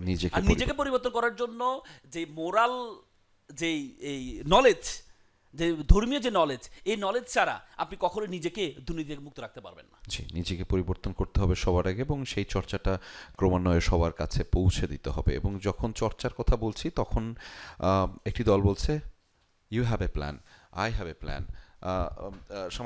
আপনার কাছে যেতে চাই যে আপনার একটা প্ল্যান আছে, এবং সেই প্ল্যানে আমরা দেখি বর্তমান রাজনৈতিক চর্চাগুলো, রাজনৈতিক দলগুলোর চর্চাগুলো, বিশেষ করে স্থানীয় পর্যায়ে যে কোনো ধরনের সেবা তারা গেলে যতটা দ্রুত পাওয়া যায়, অন্য একজন নাগরিক, যাদেরকে আমরা সাধারণ বলি, মূলত তারা অসাধারণ, সেই অসাধারণ নাগরিকরা গেলে তারা একটু কম সময়ে, বেশি সময়ে সেই সেবাটা পায়, যেখানে রাজনৈতিক দলের নেতাকর্মীরা গেলে খুব তাড়াতাড়ি সেবাটা পায়। ঠিক কেন? মানে চর্চাটা কি এভাবেই হয় রাজনৈতিক দলে, যে তুমি তোমার প্রভাব প্রতিপত্তি খাটাতে হবে, বা খাটাতে না পারলে তুমি রাজনীতিবিদ না? আপনি তো শুরুই করছেন অ্যাটাক দিয়ে। ধন্যবাদ। ধন্যবাদ। And first of all, I would like to thank Democracy International and Jamuna TV to organize this seminar. অত্যন্ত গুরুত্বপূর্ণ একটি টপিক আমাদের বর্তমানের জন্য এবং ভবিষ্যতের জন্য। প্রথম কথা, আমি যে আমাদের আলোচক যারা বক্তব্য রাখলেন, অত্যন্ত ভালো বক্তব্য হয়েছে। আমি প্রথমেই বলতে চাই, অফকোর্স যেহেতু আমি বিএনপিকে রিপ্রেজেন্ট করছি এখানে, আমি বিএনপির যেই অর্থনীতি নিয়ে, ইকোনমি নিয়ে, দুর্নীতি নিয়ে বিএনপির যে পরিকল্পনা আছে সেটা তো আমি বলবই, এবং আমার ব্যক্তিগত কিছু মতামত আমি এখানে বলবো। প্রথম কথা হচ্ছে, দুর্নীতি সামাজিক ব্যাধি, এটা আমরা শিখেছি, জানি, এটা ছিল, বাট গত 17 বছরে শেখ হাসিনা এটাকে, কারাপশনটাকে একটা part of system, part of life করে ফেলেছিল। মানে আপনার এখানে কয়েকটা স্তরে, মানে মাল্টিফ্যাসেটেড একটা প্রবলেম, এটা বিভিন্ন স্তরে দুর্নীতি হচ্ছে। প্রথমে যেটা আমার ভাই বললেন এখানে, যে আমাদের ডে টু ডে লাইফে যে দুর্নীতি, এটা একটা দুর্নীতি। আরেকটা হচ্ছে মেগা প্রজেক্টের দুর্নীতি, যেটা আমাদের ক্যাথরিন যেটা উল্লেখ করেছে তার বক্তব্যে, যে মেগা প্রজেক্টে যে দুর্নীতিগুলো হয়েছে, যেটা। তারপর আরেকটা হচ্ছে আমাদের ব্যাংকিং সেক্টর, ইকোনমিক সেক্টর, এটাতে দুর্নীতি। আমাদের কস্ট অফ ডুইং বিজনেস, এইটাতে দুর্নীতি। এই এতগুলো দুর্নীতি, আমরা এমন একটা দেশে বাস করি যেখানে, যেটা আপা একটু আগে বলতেছিলেন, যে আমাদের স্বাস্থ্যসেবায়, যে আমাদের একটা ডাক্তারের অ্যাপয়েন্টমেন্ট পেতে হলে তদবির লাগে। তো যখন এটাও এক প্রকারের ইনডাইরেক্ট দুর্নীতি, বিকজ আরেকটা সিরিয়াস পেশেন্টকে রেখে কিন্তু সে ওই তদবিরের পেশেন্টটাকে দেখতেছে doctor. So that is also one kind of corruption. So এই যখন আমরা এই ধরনের দেশে বাস করি, তখন সবচেয়ে প্রধান কাজ হচ্ছে আমাদের সিস্টেমগুলোকে দুর্নীতিমুক্ত করা, গণতন্ত্রের পথে ফিরিয়ে আনা, democratisation of the Democratic systems. আমাদের যেসব দেশে দুর্নীতি কম, যেমন ইউরোপিয়ান কান্ট্রিগুলোতে, ডেনমার্ক, সুইজারল্যান্ড, সুইডেন, এই কান্ট্রিগুলোতে আমরা দেখি যে বিভিন্ন সূচকে এদের কারাপশন অনেক কম, বিকজ আপনি যদি দেখেন এদের সামাজিকভাবেই তারা বেড়ে ওঠে, যে they don't have any idea যে কীভাবে দুর্নীতি করতে হয়, একটা। দ্বিতীয়ত হচ্ছে যে সিস্টেম, একেবারেই সিস্টেমগুলো এত স্বচ্ছ, এত দায়বদ্ধ এবং ট্রান্সপারেন্ট, সেখানে ব্যক্তি ম্যাটার করে না, সিস্টেমটা ম্যাটার করে। বিএনপির পরিকল্পনা আমাদের 31 দফায় যেটা আছে, এবং যেটা প্রিটি সুন আপনারা ইশতেহারে দেখতে পারবেন, যেটা হচ্ছে যে আমাদের কিছু ডেফিনেট পরিকল্পনা আছে, যেটা হচ্ছে যে আমাদের মেগা প্রজেক্ট, যদি বিএনপি জনগণের ভোটে সরকার গঠন করতে পারে, অথবা বিএনপি সরকার গঠন নাও করে, আমাদের দুই ব্যাপারে আমাদের যেটা পরিকল্পনা সেটা হচ্ছে যে মেগা প্রজেক্টগুলো আমাদের এমফাসাইজ না করে, কারণ আমরা এটা প্রমাণিত যে মেগা প্রজেক্ট দিয়ে দুর্নীতি কমে না, মেগা প্রজেক্ট দিয়ে মানুষের হিউম্যান রাইটস এনশিওর হয় না, মেগা প্রজেক্ট দিয়ে মানুষের জীবনমান উন্নয়ন হয় না। Of course we need roads and highways and everything, the infrastructure is needed, but at the same time মানুষের প্রতিদিনের জীবনমান উন্নয়নের জন্য আমাদের ডিফারেন্ট একটা প্ল্যান লাগবে। সেই প্ল্যানটা হচ্ছে যে মেগা প্রজেক্টে আমাদের কনসেন্ট্রেট না করে আমরা কনসেন্ট্রেট করব মানুষের প্রতিদিনের জীবনমান কিভাবে উন্নয়ন করা যায়। যেমন ধরেন উনি বললেন পাসপোর্ট অফিস, উনি আমাদের ইভেন চিটাগং পোর্ট, আমাদের বিভিন্ন ধরনের যে সেবা আমরা নেই, এই প্রত্যেকটা সংস্থাগুলোকে দুর্নীতি মুক্ত করতে হলে আমাদের সংস্থাগুলা আমাদের টেকনোলজির আওতায় আনতে হবে। সে টেকনোলজি শুধু অর্নামেন্টাল টেকনোলজি না, ইট হ্যাজ টু মানে প্রত্যেকের হাতে হাতে এই টেকনোলজিটা যেতে হবে, থাকতে হবে, সেটা আমাদের একটা বিরাট প্ল্যান। আরেকটা হচ্ছে সরকারি সংস্থাগুলা, সচিবালয়গুলা, যেখানে দুর্নীতির একটা আঁকড়া, প্রত্যেকটা সচিবালয় দুর্নীতির একটা আঁকড়া, সেই সচিবালয়গুলোকে যদি দুর্নীতি কমাতে হয়, দুর্নীতি মুক্ত তো ওভারনাইট করা যাবে না, এটা আমরা বোকার স্বর্গে বাস করি, আমরা ভেবে থেকে দুর্নীতি মুক্ত করে ফেলবো, বাট দুর্নীতি কমাতে হলে গ্র্যাজুয়ালি যদি আমরা কমাতে চাই তাহলে সচিবালয়গুলোকে ডিজিটাইজেশনের মধ্যে আওতায় আনতে হবে। সচিবালয় যত বেশি পেপার ওয়ার্ক আপনি কমাবেন, যত বেশি হিউম্যান ইন্টারভেনশন আপনি কমাইতে পারবেন, যত বেশি মেশিন চালিত কাজ হবে, তত বেশি আপনার দুর্নীতি কমবে। সেই জায়গাটায় আমরা কাজ শুরু করেছি, ইন্টারনালি কাজ চলছে।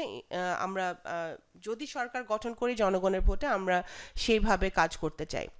আরেকটা হচ্ছে বিদেশি ইনভেস্টররা আমাদেরকে প্রতিদিন বলছে যে তারা যখন আসে, গত 17 বছর cost of doing business is so high. একটা দেশে এসে, নতুন একটা দেশে এসে ওরা জয়েন্ট ভেঞ্চার করুক বা সরকারের সাথে ওরা কাজ করুক, প্রত্যেকটা ক্ষেত্রে ওরা কিন্তু কারাপশনের সম্মুখীন হয়, বাধার সম্মুখীন হয়, এবং অ্যাট সাম পয়েন্ট ওরা অতিষ্ঠ হয়ে ফেরত চলে যায়। তাদের লগ্নিটা তারা এখানে খাটায় না এবং তারা এখানে ইনভেস্টমেন্টটা করে না। সেই জায়গায় বিএনপি ইজ ভেরি সিরিয়াস যে আমাদের কস্ট অফ ডুইং বিজনেসটা কীভাবে কমানো যায়। ইকোনমিক রিফর্ম কমিশন আমরা করব, we are very serious about it. It's mainly targeting the banking sector. আমাদের ইকোনমিক রিফর্ম কমিশনটা গঠিত হবে ইকোনমিস্ট, দেশের বিভিন্ন এক্সপার্ট যারা ইকোনমি নিয়ে কাজ করে, পলিটিশিয়ান না, যারা ইকোনমি নিয়ে কাজ করে, অর্থনীতি নিয়ে কাজ করে, ব্যাংকার্স যারা জেনুইনলি ব্যাংকিংটা বোঝে, তাদেরকে নিয়ে এই কমিশনটা গঠিত হবে। এবং এই কমিশনের কাজ হবে মেইনলি ব্যাংকিং সেক্টরটাকে একটা রুল অফ লর মধ্যে নিয়ে আসা, ব্যাংকিং সেক্টরটাকে স্বচ্ছ করা, এই জায়গাটায় আমরা কাজ করব। এবং বিগত দিনে যেই মানি লন্ডারিং হয়েছে, 17 বছরে যে টাকা চুরি হয়েছে, এই মানুষের পিয়ন ড্রাইভার থেকে শুরু করে এমপি মন্ত্রীরা যারা চুরি করেছে বিভিন্ন জায়গায়, লন্ডন, মালয়েশিয়া, কানাডা, বিভিন্ন জায়গায় বাড়ি গাড়ি কিনেছে, এগুলোর একটা শ্বেতপত্র বিএনপি তৈরি করবে। আচ্ছা, আমি কি শেষ? একটা বিষয় একটু জানতে চাই যে দলের মধ্যে যদি দুর্নীতির অভিযোগটা আসে, সেই ক্ষেত্রে আপনারা কি ধরনের ব্যবস্থা নেবেন? আপনাদের বিভিন্ন পরিকল্পনার কথা বলছেন, কিন্তু দুর্নীতি প্রতিরোধে যদি ভাই, এর মধ্যে গত 1-1.5 বছরে তো আমরা দলের লোকজন বহিষ্কার করে সাফা করে দিছি। তারপরে আরেকটা আমি বলি, আপনি যে কথাটাতে শুরু করলেন না, দেখুন আমাদের আপনি যে ইঙ্গিত করেছেন যে জনাব তারেক রহমান সাহেব উনি ওনার এনআইডি কার্ড করেছেন, বা যেটাই আপনি হয়তো ইউ আর ইন্ডিকেটিং দ্যাট, উনি দেশে আসার অনেক আগেই এই কাজগুলো কিন্তু শুরু হয়েছে। So when he came to the country, ওনার দেশ সময় বেশি নাই, সো এই প্রসেসটা অনেক আগেই শুরু হয়েছে। তো এসে যাতে উনি ফিজিক্যালি এটা করতে পারে, সেই কাজগুলো উনি আগে থেকে করে আসছিলেন। তো আপনারা মানে ছবি দেখেই যদি একটা কিছু জাজ করেন তো এটা ঠিক হবে না। আরেকটা হচ্ছে না, আপনি মনে হয় ওইটাই মিন করছিলেন। হ্যাঁ, যাই হোক। আচ্ছা, এখন হচ্ছে আরেকটা যেটা আমাদের BNP very serious about it, যে আমাদের ট্যাক্স আমরা কি দেখেছি, গত 17 বছরে কিছু অলিগার্ক তৈরি হয়েছে, কিছু লোকের হাতে হাজার হাজার কোটি টাকা, এবং এই যে ডিসপ্যারিটি বেড়েছে, যে বিটুইন রিচ অ্যান্ড পুয়ার, এইটাকে কমিয়ে আনার জন্য আমাদের ট্যাক্স রিটার্নটাকে আমাদের এনশিওর করতে হবে। যারা দেখা যায় যে আমাদের হিস্টোরিক্যালি এবং ট্রেডিশনালি যারা দুর্নীতি করে তারাই ট্যাক্স দেয় না, এই এবং প্রত্যেকে যাদের একটা ব্র্যাকেটের মধ্যে যারা আছে তাদের প্রত্যেকে কিন্তু ট্যাক্স পেইংটাকে এনশিওর করতে হবে। সো দুটো জিনিস এখানে একটা এটা দুটো জিনিস হবে। একটা হচ্ছে যে এটা জনগণের টাকা জনগণের কাছে ফেরত আসবে, সরকারের যেটা ফান্ডে টাকাটা আরও মানে আসবে।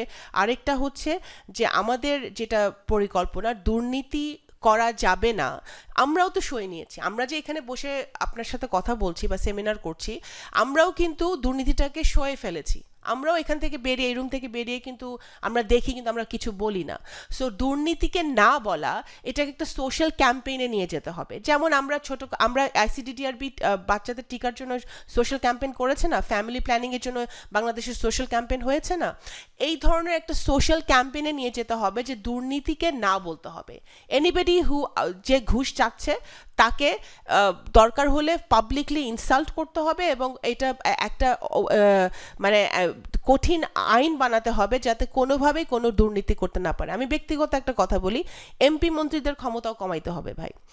পলিটিক্যাল পার্টিগুলা যারা parliament has to be actually transparent, and পার্লামেন্টে যখন একটা শক্তিশালী বিরোধী দল এবং থাকবে, এবং পার্লামেন্টে যারা সংসদ সদস্যরা থাকবে, তারা যদি তাদের কনস্টিটুয়েন্সিকে ভালো মতো রিপ্রেজেন্ট করে, দুর্নীতিমুক্ত কনস্টিটুয়েন্সি করতে চায়, তাহলে parliament has to be a place where আমাদের অ্যান্টি কারাপশনের কথাগুলো জোর দিয়ে আমাদের আসবে। এবং এমপিদের মন্ত্রীদের ক্ষমতা কমাতে হবে যাতে তাদের ড্রাইভাররা পিয়নরা দুর্নীতি করতে না পারে। ধন্যবাদ। ধন্যবাদ। আল মামুন রাসেল, আপনার কাছে যেতে চাই একদমই ছোট করে, সময় আপনার জন্য নির্ধারিত 2 মিনিট। নৈতিক রাষ্ট্র ব্যবস্থার কথা যেহেতু বলেন, সেক্ষেত্রে সেটি বাস্তবায়নের ক্ষেত্রে কোনো ধরনের আইনগত উদ্যোগ আপনারা নেবেন কিনা জামাত ইসলামের পক্ষ থেকে যদি ক্ষমতায় যান? প্রথম কথা হচ্ছে আপনার জামাতের আমির কিন্তু রিসেন্টলি লন্ডনে একটা সাংবাদিক সম্মেলনে উনি বলেছেন যে আমরা একবারে জিরো কারাপশন, হ্যাঁ, নিজেরা করব না এবং কাউকে করতে দিব না। অনেকে প্রশ্ন করেছেন যে আপনি করতে দিবেন না কেন? এটাই আমাদেরকে রিলিজিয়ন আমাদেরকে সেটা শিখিয়েছে। রিলিজিয়ন কুনতুম খায়রা উম্মাত উখরিজাতুল লিন্নাস তা'মুরুনা বিল মারুফ ওয়া তানহাউনা আনিল মুনকার। তোমাকে বাধা প্রদান করতে হবে। তুমি যখন কোনো অপরাধ দেখো, তোমার প্রথম কাজ হবে এটাকে বাধা প্রদান করা।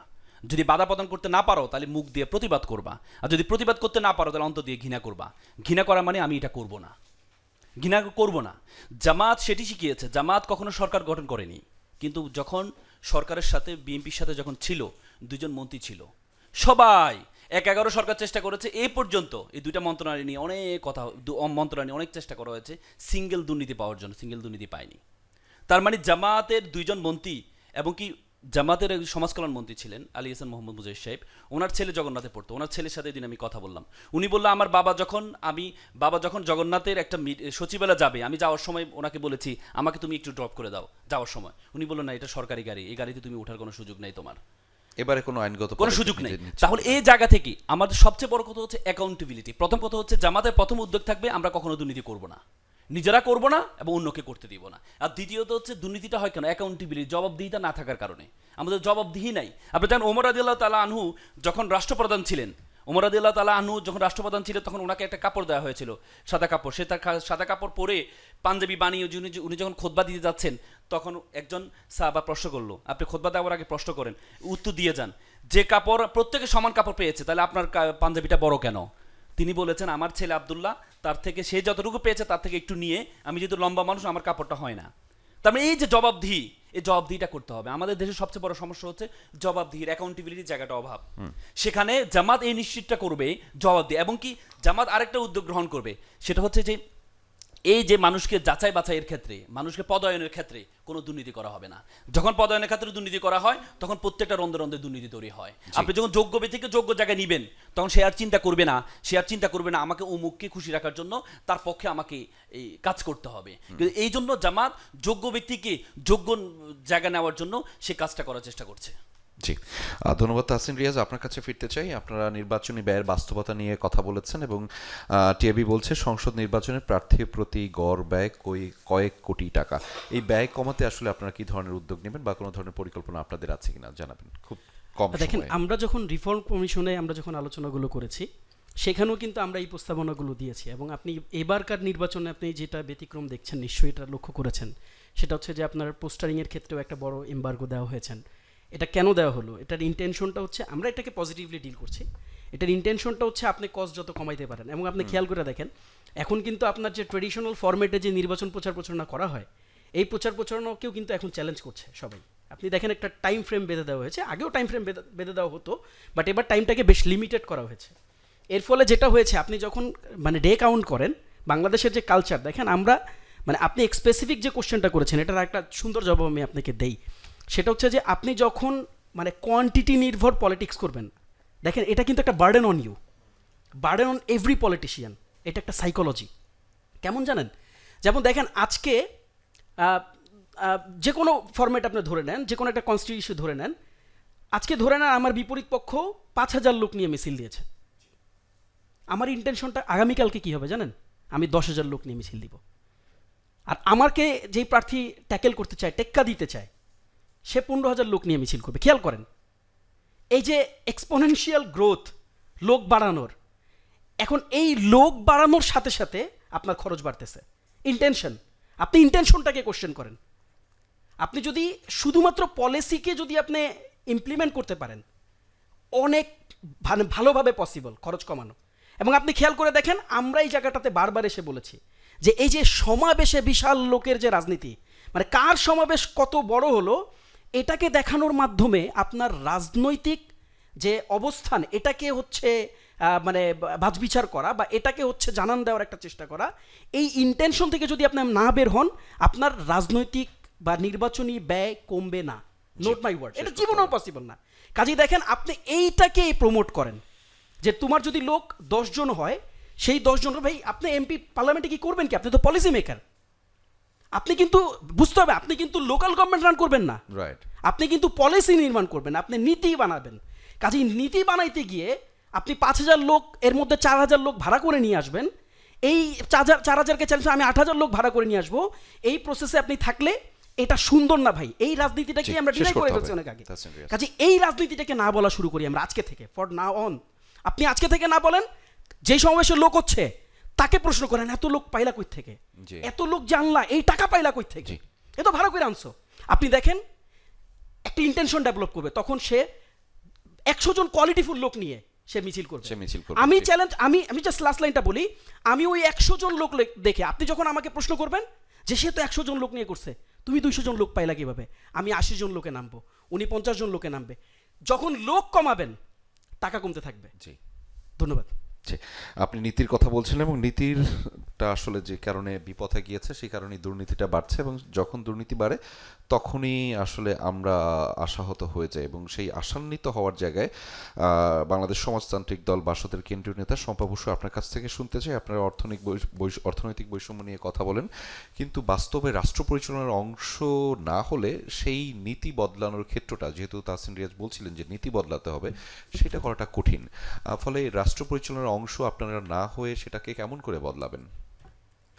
না, আমরা রাষ্ট্র পরিচালনার অংশ হতে চাই না তা না, কিন্তু যেন তেন প্রকারে হতে চাই না। আমরা বলতে চাই যে খালি কেবলমাত্র ব্যক্তির পরিবর্তন আসলেই কিন্তু হবে না, সিস্টেমটার পরিবর্তন, ব্যবস্থাটার পরিবর্তন আসতে হবে। কিন্তু দেখেন, অনেক কথা বলা হয়, কিন্তু আমরা এবারও দেখলাম যে একজন নমিনেশন কিনতেই লাগছে 50,000 টাকা, তারপরে সিডি কিনতে হচ্ছে, ভোটার সিডি, সেটা 15,000 টাকার নিচে কম না ভোটার অনুযায়ী। তাহলে 65,000 টাকা শুধুমাত্র নমিনেশন পেপার কিনতে লেগে যাচ্ছে। এরপরে বলা হচ্ছে ভোটার প্রতি 10 টাকা করে খরচ, তার মানে 4 লাখ ভোটার থাকলে 40 লাখ টাকা খরচ। আপনি একজন শিক্ষক, সমাজের একজন কৃষক, একজন শ্রমিক কিভাবে নির্বাচন করবেন? তাহলে তার কি অধিকার নাই জনপ্রতিনিধি হওয়ার, রাষ্ট্র পরিচালনা করার অধিকার নাই? কিন্তু আপনি এমন করে রেখেছেন ব্যবস্থাটা যে তার কোনো অধিকার থাকবে না, সে আসতেই পারবে না এই ব্যবস্থার মধ্যে। এখন আবার কি ব্যবস্থাটা আছে যে এমপি ওই এলাকার রাজনীতি নিয়ন্ত্রণ করেন এবং ওই এলাকার সমস্ত কিছু, সমস্ত টেন্ডার সব কিছু নিয়ন্ত্রণ করেন। মানে স্থানীয় সরকার, কিন্তু আমাদের দেশে স্থানীয় সরকার যে কীরকম জিনিস সেইটা কিন্তু আমরা ভালো বুঝি না। বা আমরা সেটা খুব ভালো মানে সেটাকে দেখতে পাই না। এখন একজন এমপির কাজ কি, পার্লামেন্ট মেম্বারের কাজ হচ্ছে রাষ্ট্র কিভাবে পরিচালিত হবে সেই আইনগুলো প্রণয়ন করা। এটা তো খুবই একটা গুরুত্বপূর্ণ কাজ। এটা কেন লাভজনক বিষয় হবে? এটা তো দায়িত্ব হবে, তাই না? জনগণের প্রতিনিধি হিসেবে আমি রাষ্ট্র পরিচালনার নীতিগুলোকে ঠিক করব, সেই কমিটমেন্টটা আমার থাকতে হবে। কিন্তু এটা হয়ে গেছে এমন এক ক্ষমতার মধুচক্র যে মানুষ মানে সমস্ত কিছু, মানে একজন এমপি হয় যেন জীবনের সবচেয়ে বড় লক্ষ্য হয়ে যাচ্ছে রাজনীতিবিদদের কাছে। সেখানে নীতি নৈতিকতা কিচ্ছু থাকছে না, নিজের দলও বিসর্জন দিয়ে দিচ্ছে শুধুমাত্র এমপি হওয়ার জন্যে। তার মানে এই যদি আপনার মানে যারা, আমি বলছি যে রাজনীতি তো রাষ্ট্রকে পরিচালনা করার নীতি, ফলে সেখানে কি ধরনের প্র্যাকটিস হচ্ছে তার উপর কিন্তু অনেক কিছু নির্ভর করে। আমি দুটো উদাহরণ গত সময় দিয়েছিলাম এই কারণেই যে রাষ্ট্রপ্রধান যারা, তারা যদি এগুলোকে দৃষ্টান্ত, এই ধরনের দৃষ্টান্ত উপস্থাপন করেন তাহলে দেশে কোনো ভালো দৃষ্টান্ত তৈরি হবে না। জি, ধন্যবাদ। শুনছিলাম আমরা দৃষ্টান্তের কথা এবং দৃষ্টান্তের মাধ্যমে আপনাদের নানান ধরনের উদাহরণ শুনছিলাম, বিশেষ করে যারা রাজনৈতিক প্রতিনিধি রয়েছেন তাদের কাছ থেকে। মোহাম্মদ তৌহিদুল ইসলাম, আপনার কাছে ফিরতে চাই। আপনি প্রশ্ন করেছিলেন, আপনি জানতে চেয়েছিলেন যে প্রসেসটা কি হবে দুর্নীতি কমানোর। আপনার এমন একটা প্রশ্ন ছিল, সকল রাজনীতিবিদদের কাছ থেকে আপনি জানতে চাচ্ছিলেন। ওনারা বিভিন্নভাবে বিভিন্ন ধরনের তথ্য উপাত্ত এবং পলিসি নীতি নির্ধারণের জায়গায় ভূমিকা রাখেন এবং গ্রহণযোগ্য ভূমিকা রাখেন। তারা তাদের মতামত জানিয়েছেন। আপনি কি মনে করেন যে এই বিষয়গুলো কার্যকর এবং গ্রহণযোগ্য এবং বাস্তবায়নযোগ্য? আমরা মনে হয় কিছুটা মানে থাকে না যে দিনটা কেমন যাবে সেটা আসলে আপনি সকালটা কেমন শুরু হচ্ছে সেটার উপর নির্ভর করে। সো আমি কিছু উদাহরণ দিই। সেটা হচ্ছে যেমন ধরেন করাপশন কেসেস আমরা যখন দেখি, সো আমরা প্র্যাকটিসটা এরকম ছিল যে পলিটিক্যাল পার্টি ক্ষমতায় যখন চেঞ্জ হয়, আগের সকল করাপশন কেস অটোমেটিক্যালি রাতারাতি কোয়াস্ট হয়ে যায় কোর্টে। সো আপনি এটার মাধ্যমে কি সিগন্যাল দেন? আমার মনে হয় না এখন আমরা যারা এখানে বসে আছি আমরা কেউ এর ব্যতিক্রম এখন পর্যন্ত দেখতে পেয়েছি। সো আমরা যেই জিনিস বলছি এখানে বসে, সে জিনিস আসলে নিজেরা বিশ্বাস করি কিনা, সে বিশ্বাস করে সে অ্যাক্ট করি কিনা। কেউ কেউ বলছেন যে তারা করেন না, তারা করবেন না, কিন্তু আমরা জানি যে তারা নিজেদের পক্ষের লোকজনকে ফ্যাসিলিটেট করেছেন। ইজিটে দুর্নীতি, আপনি এটাকে দুর্নীতি বলেন কিনা সেটা হচ্ছে মূল প্রশ্ন। আপনি অন্যকে বাদ দিয়ে নিজের লোককে ফ্যাসিলিটেট করছেন। আপনি তো মেরিটোক্রেসিতে যাচ্ছেন না, আপনি তো প্রসেস ফলো করছেন না। তাহলে আপনি কি সিগন্যাল দিচ্ছেন? আমি আপনার কাছ থেকে কী জানবো? আপনারা বলছেন আমরা অনেক ধরনের পলিসি চেঞ্জ করব, প্র্যাকটিস চেঞ্জ করব। বলাটা অনেক সোজা, কিন্তু আমি বিশ্বাস করি কিনা। এবং বিশ্বাসটা আমি তখনই করব আপনি আসলে প্র্যাকটিসে কি সিগন্যালটা দিচ্ছেন আমাদেরকে।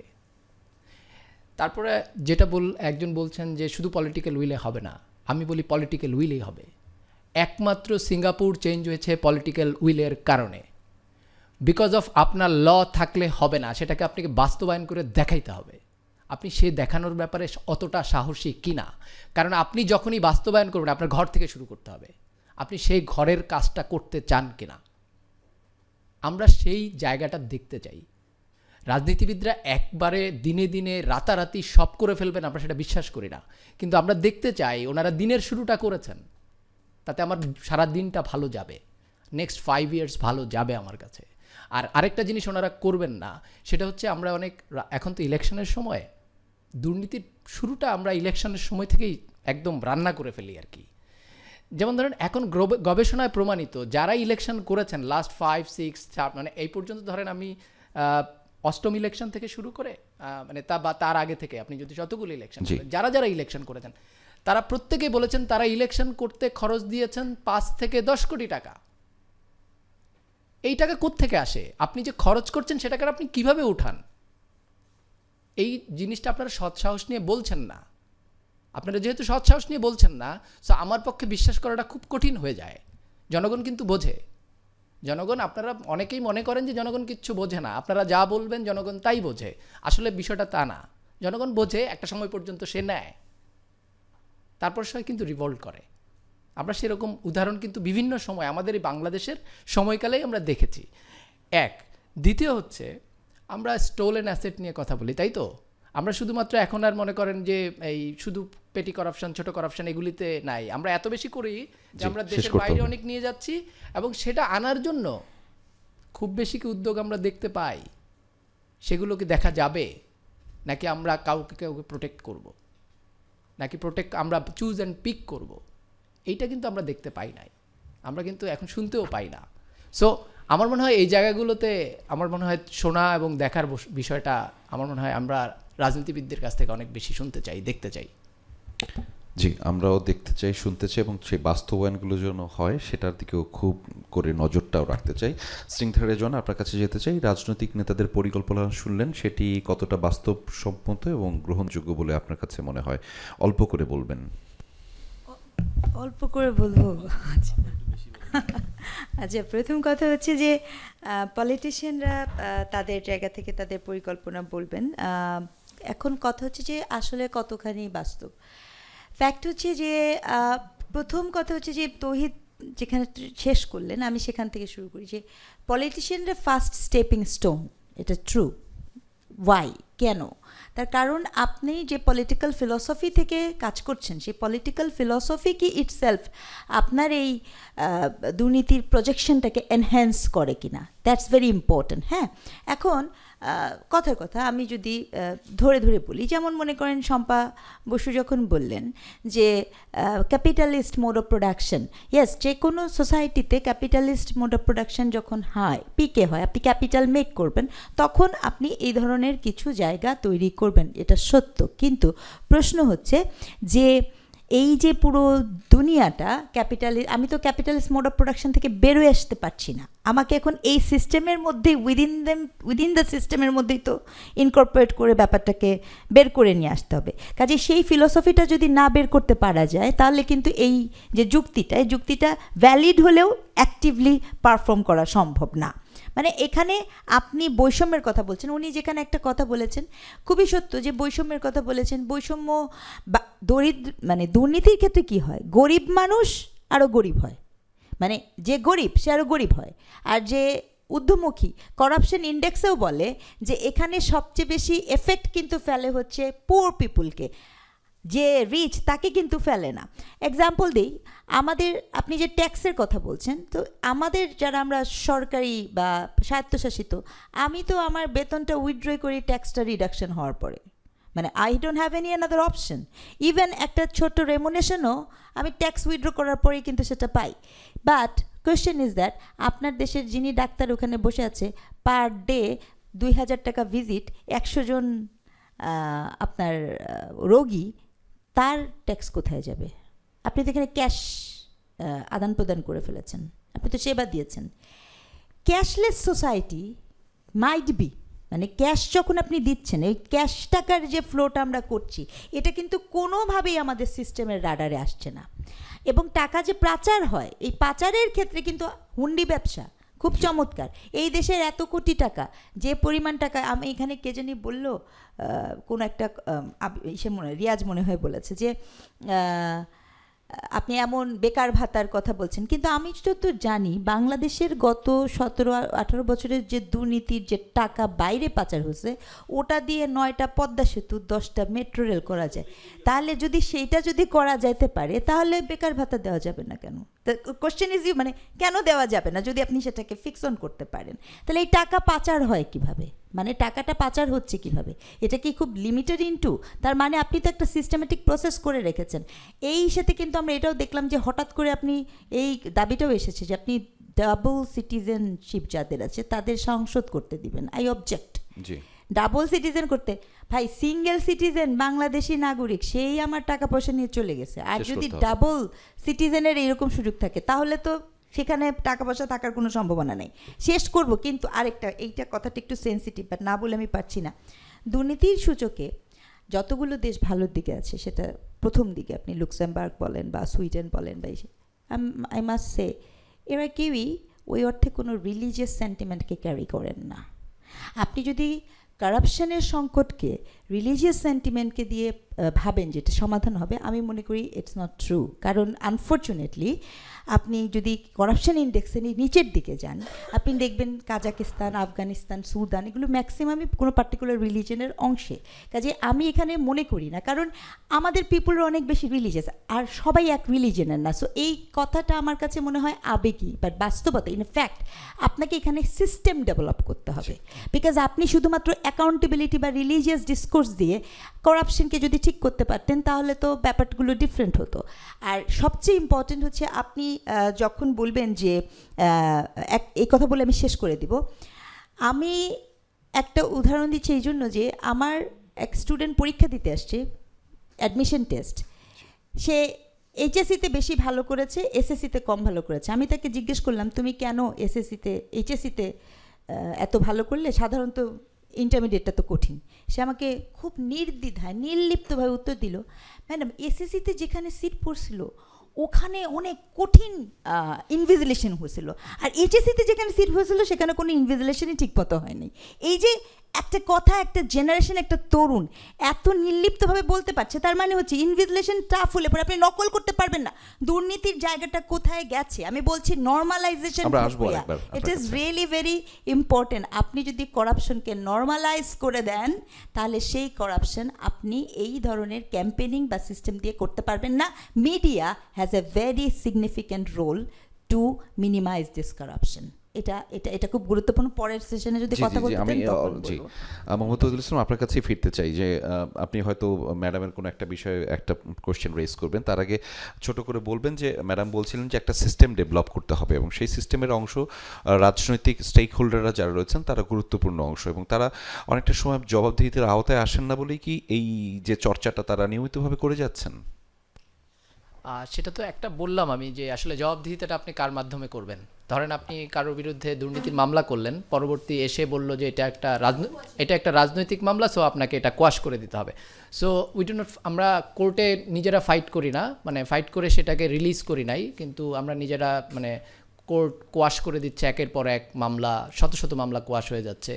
সো এর মধ্যে জেনুইন মামলাগুলো বাতিল হয়ে যাচ্ছে। সো আমরা কিন্তু সেই ইয়াটা দেখতে পাই না, মানে আপনি অ্যাকাউন্টেবলটা কিভাবে করবেন, ওই অ্যাকাউন্টেবিলিটি সিস্টেমের মধ্যে তাকে তো নিতে হবে। আমি আপার যে বিষয়টাতে ছোট্ট একটা জিনিস রেইজ করলেন আপা, যে আমাদের দেশ থেকে যেসব দেশ করাপশন পারসেপশন ইন্ডেক্সে নিচের দিকে খারাপ, আমরা সবচেয়ে বেশি করাপ্ট বলি যে কান্ট্রিগুলো করাপ্ট অনেক বেশি, কিন্তু এখান থেকে যে অর্থটা পাচার হয় তারা কিন্তু উপরের দিকের কান্ট্রিতে পাচার হয়।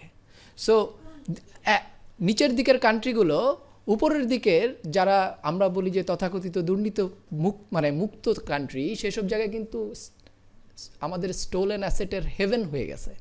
সো আমি মানে দুর্নীতিকে আসলে এরকম দেখি না যে ও কম বেশি করছে, এক এক ফর্মে এক একজন দুর্নীতির লেয়ারে আছে।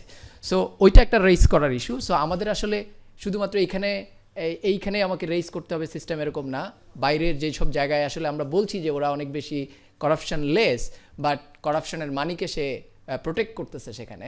সো এইটাও আমার মনে হয় রেইজ করাটা খুব যৌক্তিক সময় এখন। এটা আমাদের পলিটিক্যাল নেতৃত্বরা সেই জায়গাগুলোতে কাজ করবেন, কারণ তারাই রাষ্ট্রকে রিপ্রেজেন্ট করেন।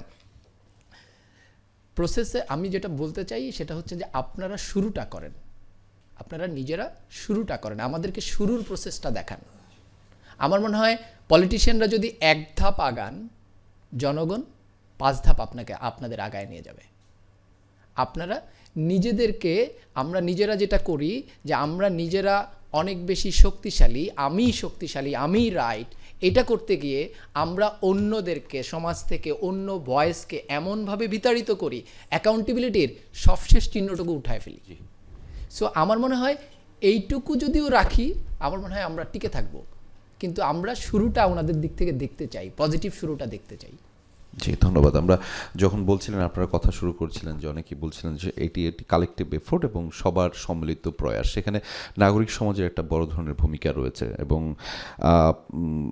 প্রফেসর রেজওয়ানা, আপনার কাছে ফিরতে চাই, নাগরিক সমাজ কেন দুর্নীতির প্রশ্নে আসলে দীর্ঘমেয়াদী চাপ তৈরি করতে পারছে না?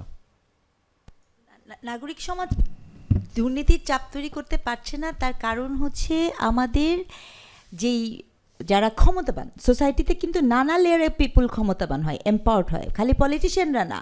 আপনার বেনজির আহমেদের কথা নাম ধরে বলছি, ঠিক আছে, ইফ ইউ ক্যান রিমেম্বার। তো এই যে বিভিন্ন জায়গাতে যখন সে ক্ষমতাবান, তখন এই আপনি যে সিঙ্গাপুরের কথা বলছেন, বাংলাদেশ সিঙ্গাপুর হবে না, নো চান্স বাংলাদেশ সিঙ্গাপুর হওয়ার।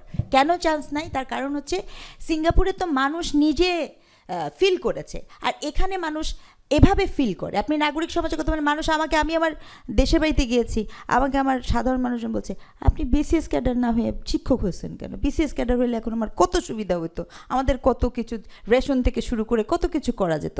তো এই যে একটা চিন্তা আপনি এমবেডেড করছেন এখানে, এই দেশের একটা ছোট বাচ্চা যখন স্কুলিং ভেরি ইম্পর্টেন্ট, আপনি স্কুলিংয়ে তাকে শিখেছেন কি?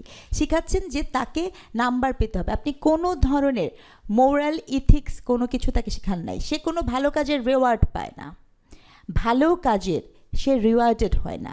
শিক্ষক এখানে যে পরিমাণ বেতন পায় সেই পরিমাণ বেতন দিয়ে তার সংসার চলে না, বিধায় সে 100টা ব্যাচ পড়ায়। সো আপনি তাকে করবেন কিভাবে? মানে আপনি ব্যাচে না পড়লে সে ভালো নাম্বার পাবে না। এই যে একটা প্রক্রিয়ার মধ্যে দিয়ে আপনি উঠে আসছেন। আপনি আপনার ছোট সন্তানটাকে ছোটোবেলা থেকে আমরা শিখেছি লেখাপড়া করে যে গাড়ি ঘোড়া চড়ে সে, সো ইটস আইডিওলজি। লেখাপড়া করলে গাড়ি ঘোড়াই চড়তে হবে এমন কি কোনো কথা আছে? না, আপনি ভালো মানুষ হওয়া শেখান নাই। আবার আপনার পাশের দেশ, ছোট দেশ ভুটান, অনেক সীমাবদ্ধতা, তার তো দুর্নীতি সুযোগে তো সে সব অনেক উপরের দিকে আছে। কী কারণে আছে? শান্তির সুযোগেও কিন্তু সে অনেক উপরের দিকে আছে। প্রথম কথা হচ্ছে, আমি এখানে একটা জরিপ চালানো উচিত সবার আগে।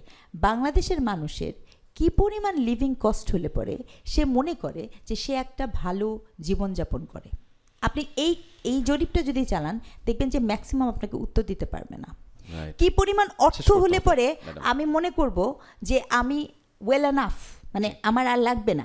তো এই যে প্রসেসটা, মানে যার যত টাকা, টাকা মানে ক্ষমতা, টাকা মানে কিন্তু এখানে শান্তি না, টাকা মানে হচ্ছে ক্ষমতা। যে কারণে করাপশনটা হচ্ছে করাটা জরুরি, কারণ আমি ক্ষমতাই তো হতে চাই, কোটা না মেধা।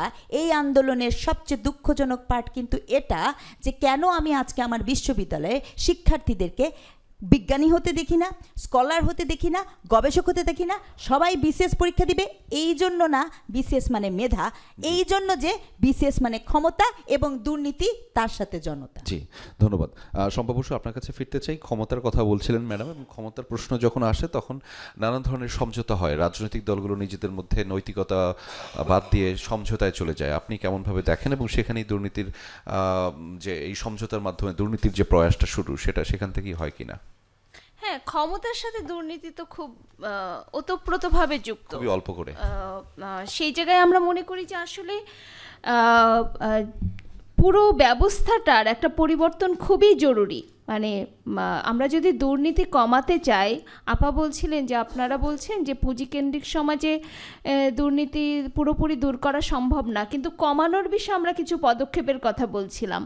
সেই পদক্ষেপগুলো যদি প্রপারলি নেওয়া যায় তাহলে আমার মনে হয় যে কিছু কমানো যাবে। সেই পদক্ষেপের কথাগুলো কিন্তু আমরা বলেছি একভাবে, যে রাষ্ট্র ক্ষমতার অপব্যবহার রোধ করা, জবাবদিহিতামূলক এবং গণতান্ত্রিক শাসন ব্যবস্থা করা, আইন পরিস্থিতির উন্নয়ন করা, আইনের শাসন প্রতিষ্ঠা করা, স্বচ্ছ, গণমুখী এবং জনস্বার্থ নির্ভর আর্থিক ব্যবস্থাপনা করা, প্রশাসনিক কাঠামো জনগণের প্রতি দায়বদ্ধ হবে এরকম একটি প্রশাসনিক কাঠামো তৈরি করা, কৃষিভিত্তিক শিল্প কলকারখানা গড়ে তোলা, বেকার সমস্যা দূর করা, শিক্ষা ব্যবস্থার মধ্যে এটার মানে গণসচেতনতা তৈরি করা, এবং ব্যাপকভাবে দুর্নীতির বিরুদ্ধে গণসচেতনতা এবং গণ আন্দোলন গড়ে তোলা। এই পদক্ষেপগুলো আমরা জরুরি মনে করেন। ধন্যবাদ। এবং এই মুহূর্তে ফিরতে চাই তাহসিন রিয়াজ আপনার কাছে। সামাজিক যোগাযোগ মাধ্যমে বিভিন্নভাবে একটা হলফনামার কথা আসছে, যে হলফনামায় যে তথ্য বিভ্রাট হয়েছে আপনাদের কোনো একজন নেতার, তার আয়করের এবং নির্বাচনী যে হলফনামায় আয়করের টাকাটা দেওয়া হয়েছে সেটার মধ্যে বেশ পার্থক্য দেখা গিয়েছে। সেটির কে সঙ্গে নিয়ে প্রশ্নটি করতে চাই, দুর্নীতি মোকাবেলার মতো জটিল কাজে এনসিপি কি ধরনের ঝুঁকি নিয়ে কাজ করতে আগ্রহী? একদমই অল্প করে বলবেন, 1 মিনিট। প্রশ্ন তো অনেক বড়, উত্তর দিতে হবে। ছোট করে বলি, এটা সবার হবে। যারা এবার হলফনামা জমা দিয়েছেন তাদের যে আয়, এটার অসামঞ্জস্যতা থাকবে। কারণ আপনি মানে জুন টু জুলাই দেন, তো মানে আপনি তো জানেন ফিসক্যাল ইয়ারের আপনি রিটার্নস সাবমিট করেন আর কি। তো এর পরের যে 6 মাসের আয়, ওইটা বাফার করবেই অলওয়েজ। তারপরেও সার্জিস অবভিয়াসলি সার্জিস অ্যাকাউন্টেবিলিটির তো বাইরে না। সার্জিস যদি কোনো রকম দুর্নীতি করে থাকে, আমরা এখান থেকে অফিসিয়ালি যদি ঘোষণা করতে চাই, কোনো সমস্যা নেই, গো ইনভেস্টিগেট করেন, যদি প্রমাণ করতে পারেন তাকে এক্সিকিউট করেন, আপনার সমস্যা নাই তো ভাই। আমরা তো এই বাংলাদেশটা চাইছি, সমস্যা তো নাই। এতটুকু কথা যদি আমরা জোরালো কণ্ঠে বলতে না পারি, তাহলে এই যে শুধু পার্টি করে কী লাভ হবে আমার? আমি তো পার্টির দাস হইতে আসি না এখানে। উই আর ভেরি ওপেন, গো দেখেন।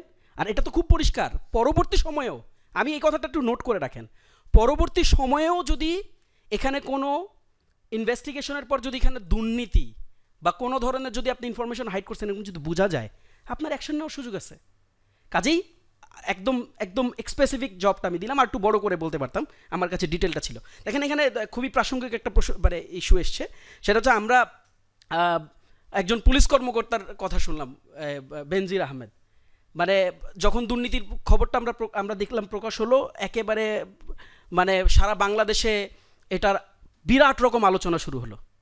কিন্তু খেয়াল করে দেখেন এই আলোচনাটা একেবারে 1 to 1 ছিল, এই আলোচনাটা একেবারে আত্মকেন্দ্রিক ছিল, আমরা কেউ এই জোর গলায় বলতে পারছিলাম না। হংকংয়ের একটা এক্সাম্পল নেন, হংকংয়ে সিমিলার একটা কেস, হংকং যখন এই ধরনের সাফারিংয়ের মধ্যে দিয়ে যাচ্ছিল, হংকংয়েও এরকম একটা বেনজির আহমেদ ছিল, হংকংয়েও এরকম একটা বেনজির আহমেদ, এবং হংকংয়ের অবস্থা আমাদের মতনই ছিল। তো হংকংয়ে এই বেনজির আহমেদের নাম ছিল হচ্ছে গডবার। এই ভদ্রলোক পুলিশ কর্মকর্তা ছিলেন, এই ভদ্রলোকের বেনজির আহমেদের মতন সম্পদ বের হইল। কিন্তু আনফর্চুনেটলি বাংলাদেশে যেটা ঘটে নাই সেটা হংকংয়ে ঘটছে। হংকংয়ে সাধারণ মানুষ রাস্তায় নেমে তারা স্লোগান দেওয়া শুরু করলো, fight corruption, catch godfather. Government pressure feel করে বাধ্য হয়ে এই ভদ্র, এবং মজার ব্যাপার হচ্ছে যে দেখেন একদম সিমিলার কেস টু বেনজির আহমেদ, সেও বিদেশে পালালো, মানে এই গডবারও কিন্তু বিদেশে পালিয়ে গিয়েছিল। আমাদের বেনজির আহমেদকেও তো আমরা দেখেছি সেফ এক্সিট দিতে। এই গডবারকে তারা ইন্টারন্যাশনাল লবিং করে তাকে দেশে ফিরাইয়া তারপর তাকে শাস্তির আওতায় আনছে। আনফরচুনেটলি আপনার কাছে এক্সাম্পল আছে, you are not following. Thank you. ধন্যবাদ। আইনজীবী আল মামুন রাসেল, আপনার কাছে যেতে চাই, এবং জোট রাজনীতিতে অংশ নিলে দুর্নীতি বিরোধী অবস্থান দুর্বল হয়ে যায়, এবং আপনারা জোটবদ্ধভাবে এবারে নির্বাচনে অংশগ্রহণ করছেন, ফলে জোটে থাকা শরিক দলগুলো যদি কোনো ধরনের দুর্নীতিতে যুক্ত থাকে, তাহলে আপনারা আসলে কি ধরনের ব্যবস্থা নেবেন, কি কৌশল আপনাদের সেখানে? দেখেন, প্রথমত হচ্ছে এটা জোট হয় না, এটা সমঝোতা হয়েছে। সমঝোতায় কিছু প্যারামিটার দাঁড় করানো হয়েছে। জামাতের আমির বলেছিলেন যে আমরা সমঝোতা তাদের সাথে করব যারা নো কারাপশন, কোনো ধরনের দুর্নীতি করবে না, দেশের স্বার্থে সর্বজ্ঞে থাকবে। এই কয়েকটা ক্রাইটেরিয়া যদি তারা ফুলফিল করে তাহলে আমাদের সমঝোতায় তারা আসতে পারবে। তো সুতরাং এটা স্ট্রংলি বলা হয়েছে। এবং আমি আপার একটা কথা একটু নিয়ে আসি। আপা বললো যে হচ্ছে দেখেন, আমি ধর্মের বিষয়, আমি শুধুমাত্র নট অনলি আওয়ার রিলিজন, শুধু আমাদের ইসলাম ধর্মের কথা বলিনি। আপনি দেখেন পৃথিবীতে যারা এই দুর্নীতির সূচকে যারা খুব ভালো অবস্থানে আছে, স্ক্যান্ডিনেভিয়ান রাষ্ট্রগুলো যেমন নরওয়ে, সুইডেন, এই রাষ্ট্রগুলোতে আপনি দেখবেন তারা প্রাথমিক শিক্ষা ব্যবস্থায় শিক্ষক নিয়োগের ক্ষেত্রে একটা সার্টিফিকেট থাকতে হয়, এটা সিআরএস বলে, সার্টিফিকেট অফ রিলিজিয়াস স্টাডিজ। তার মানে তাদের প্রত্যেকটা শিক্ষককে, সে যদি শিক্ষক হতে হয় প্রাথমিক শিক্ষার ক্ষেত্রে, তাকে এই সার্টিফিকেটটা থাকতে হয়। তার মানে তার ধর্মীয় সম্বন্ধে ধারণা নিয়ে এই সার্টিফিকেটটা থাকলে সে পরবর্তীতে, কারণ আমাদের দেখেন আমাদের ছোটোবেলায় শিক্ষা কিভাবে করানো হয়, আমাদের ছোটোবেলায় বাচ্চাদেরকে শেখানো হয় যে দুধের মধ্যে যদি পানি মিশানো হয় তাহলে এই অঙ্ক এইভাবে শেখানো হয়, মানে শুরু থেকে যে দুর্নীতি শেখানো হয়। তার মানে আমাদের এই ধর্ম, দেখেন আমরা এটা প্রমাণিত করেছি যে আপনি ধর্মের কাছে গেলে আপনি কখনো দুর্নীতি পরায়ণ হবেন না, কারণ ধর্ম আপনাকে শিক্ষা দেয়। আল্লাহ রাসূল সবসময় বলছে তাকওয়া হাউনা, তাকওয়া হাউনা। আল্লাহ রাসূল বলেছে আমার মেয়ে যদি ফাতেমা যদি চুরি করে তাহলে আমি তার হাত কাটতে আমি দ্বিধাবোধ করবো না। এটাই ধর্মের শিক্ষা। আপনি যদি ধর্মের কাছাকাছি যাবেন, ধর্ম আপনাকে এই যে দুর্নীতি নীতিতে থাকার জন্য আপনাকে সবচেয়ে বড় শিক্ষাটা দিবে, এবং সেটা প্রমাণিত হয়েছে। আমাদের 86 জন এমপি ছিল। আপনি সর্বশেষ একটা কোর্টে আনকোট করে আমি কথা শেষ করছি, আপনার পত্রিকা আসছে, আপনার সাতক্ষীরা 3 আসনের এমপি ছিল মাওলানা রিয়াসাত, ওনাকে এই 1/11 সরকার ওনার বিরুদ্ধে টিন চুরির একটা এলিগেশন পেয়েছিল, যে উনি টিনটা চুরি করে উনি ওনার ঘরে ইউজ করেছে। পরবর্তীতে যখন দুদকের লোকজন গেল, যাওয়ার পর দেখে যে একটা লোক কাজ করছে, বলে যে এই এমপির বাড়িটা কোথায়, বলে যে ওই বাড়ি, যিনি কাজ করছেন ধানের কাজ করছেন তিনি নিয়ে গেলেন, বলে যে এমপি কোথায়, বলে যে আমি সেই এমপি। বলে যে আমরা শুনেছি আপনার ঘরে নাকি টিন লাগিয়েছে। বলে দেখেন আমার ঘর তো বেড়ার ঘর, আমার তো টিনই নেই, আমার ঘরে তো টিনের কোনো অপশানে নাই, টিনটা কোথা থেকে চুরি করেছি।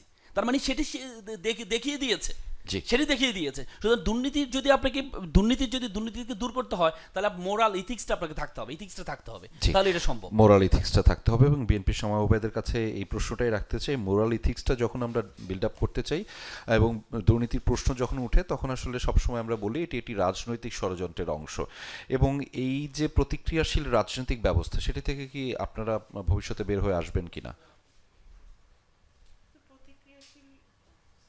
জি, আরেকবার। রাজনীতি তো আমরা করি না, বের হয়ে আসার কিছু নাই এখানে। অনেকক্ষণ পরে আপনি আসছেন, তো আমি কয়েকটা যেগুলো আমি অবজারভেশন আমি কয়েকটা বলি। যেমন এখানে আসছে যে নাগরিক সমাজের কি দায়বদ্ধতা থাকতে পারে। হ্যাঁ, তো দেখুন আমাদের দেশের কনটেক্সটে নাগরিক সমাজ এত ডিভাইডেড, আনফর্চুনেটলি। কোনো না কোনো দলের তারা মানে সাপোর্টার থাকতে পারে, শুভাকাঙ্ক্ষী থাকতে পারে, ফলোয়ার্স থাকতে পারে, কিন্তু যখন আপনি নাগরিক একটা সমাজ থেকে কথা বলবেন, তখন আপনার সেই নিউট্রালিটি, সেই নিরপেক্ষতা বজায় রেখে দেশের স্বার্থে কথা বলা উচিত। সেটা আমাদের দেশে আনফর্চুনেটলি আমরা অনেক দেখি না। তো সেই জায়গাটায় নাগরিক সমাজকেও আসতে হবে। আমাদের দেশে তো বিগত দিনে ভাইস চ্যান্সেলরদেরকেও দুর্নীতি করতে দেখেছি শিক্ষাঙ্গনে। আমরা বিগত দিনে অনেক মানে উল্লেখযোগ্য এবং আপনার দায়িত্বশীল জায়গায় আছেন এমন লোকজনকেও নাগরিক সমাজে তারা দুর্নীতির সাথে জড়িত ছিল, সেটা আমরা দেখেছি। তো এই ভবিষ্যতে যদি এটাকে বন্ধ করতে হয়, বাংলাদেশ, আমি এই টেবিলে যারা রাজনৈতিক দলের নেতৃবৃন্দ আছে, ওনারা অনেক কিছু বলেছেন যেটা অ্যাকচুয়ালি মানে দিস আর অল মানে বেনিফিশিয়াল আমাদের ভবিষ্যতের জন্য। বাট বাংলাদেশ জাতীয়তাবাদী দলকে, কারণ যেটা ক্যাথরিন বলছিল যে আমাদের দলগুলোর কি পরিকল্পনা আছে, তা আমাদের পরিকল্পনার কথা আমি বলেছি। আরেকটা পরিকল্পনার কথা আমি বলি, যেটা অনেক আলোচনা হয়েছে এবং রিপিটও হয়েছে। একটা কথা হচ্ছে যে এই যে প্রত্যেকটা আপনি পোল যে হয়, পোলের মধ্যে দেখা যায় যে প্রথম 1-2-3-এর মধ্যে কিন্তু করাপশনটা আসে, এবং সবচেয়ে বেশি যেটা আমাদের ইয়াং জেনারেশন ফেস করে সেটা হচ্ছে চাকরি পেতে খুশের ব্যাপারটা। হ্যাঁ, প্রথমত তো আপনার দল থাকলে সেই দলের একেবারে নিবেদিত হতে হবে, যেই দল সরকারে থাকে, এবং তারপরে আবার তাকে ঘুষ দিতে হবে। শুধু ওই দল করলেই হবে না, ওই দলের সমর্থক হলেই হবে না, আবার তার অন টপ অফ দ্যাট ঘুষ দিতে হবে।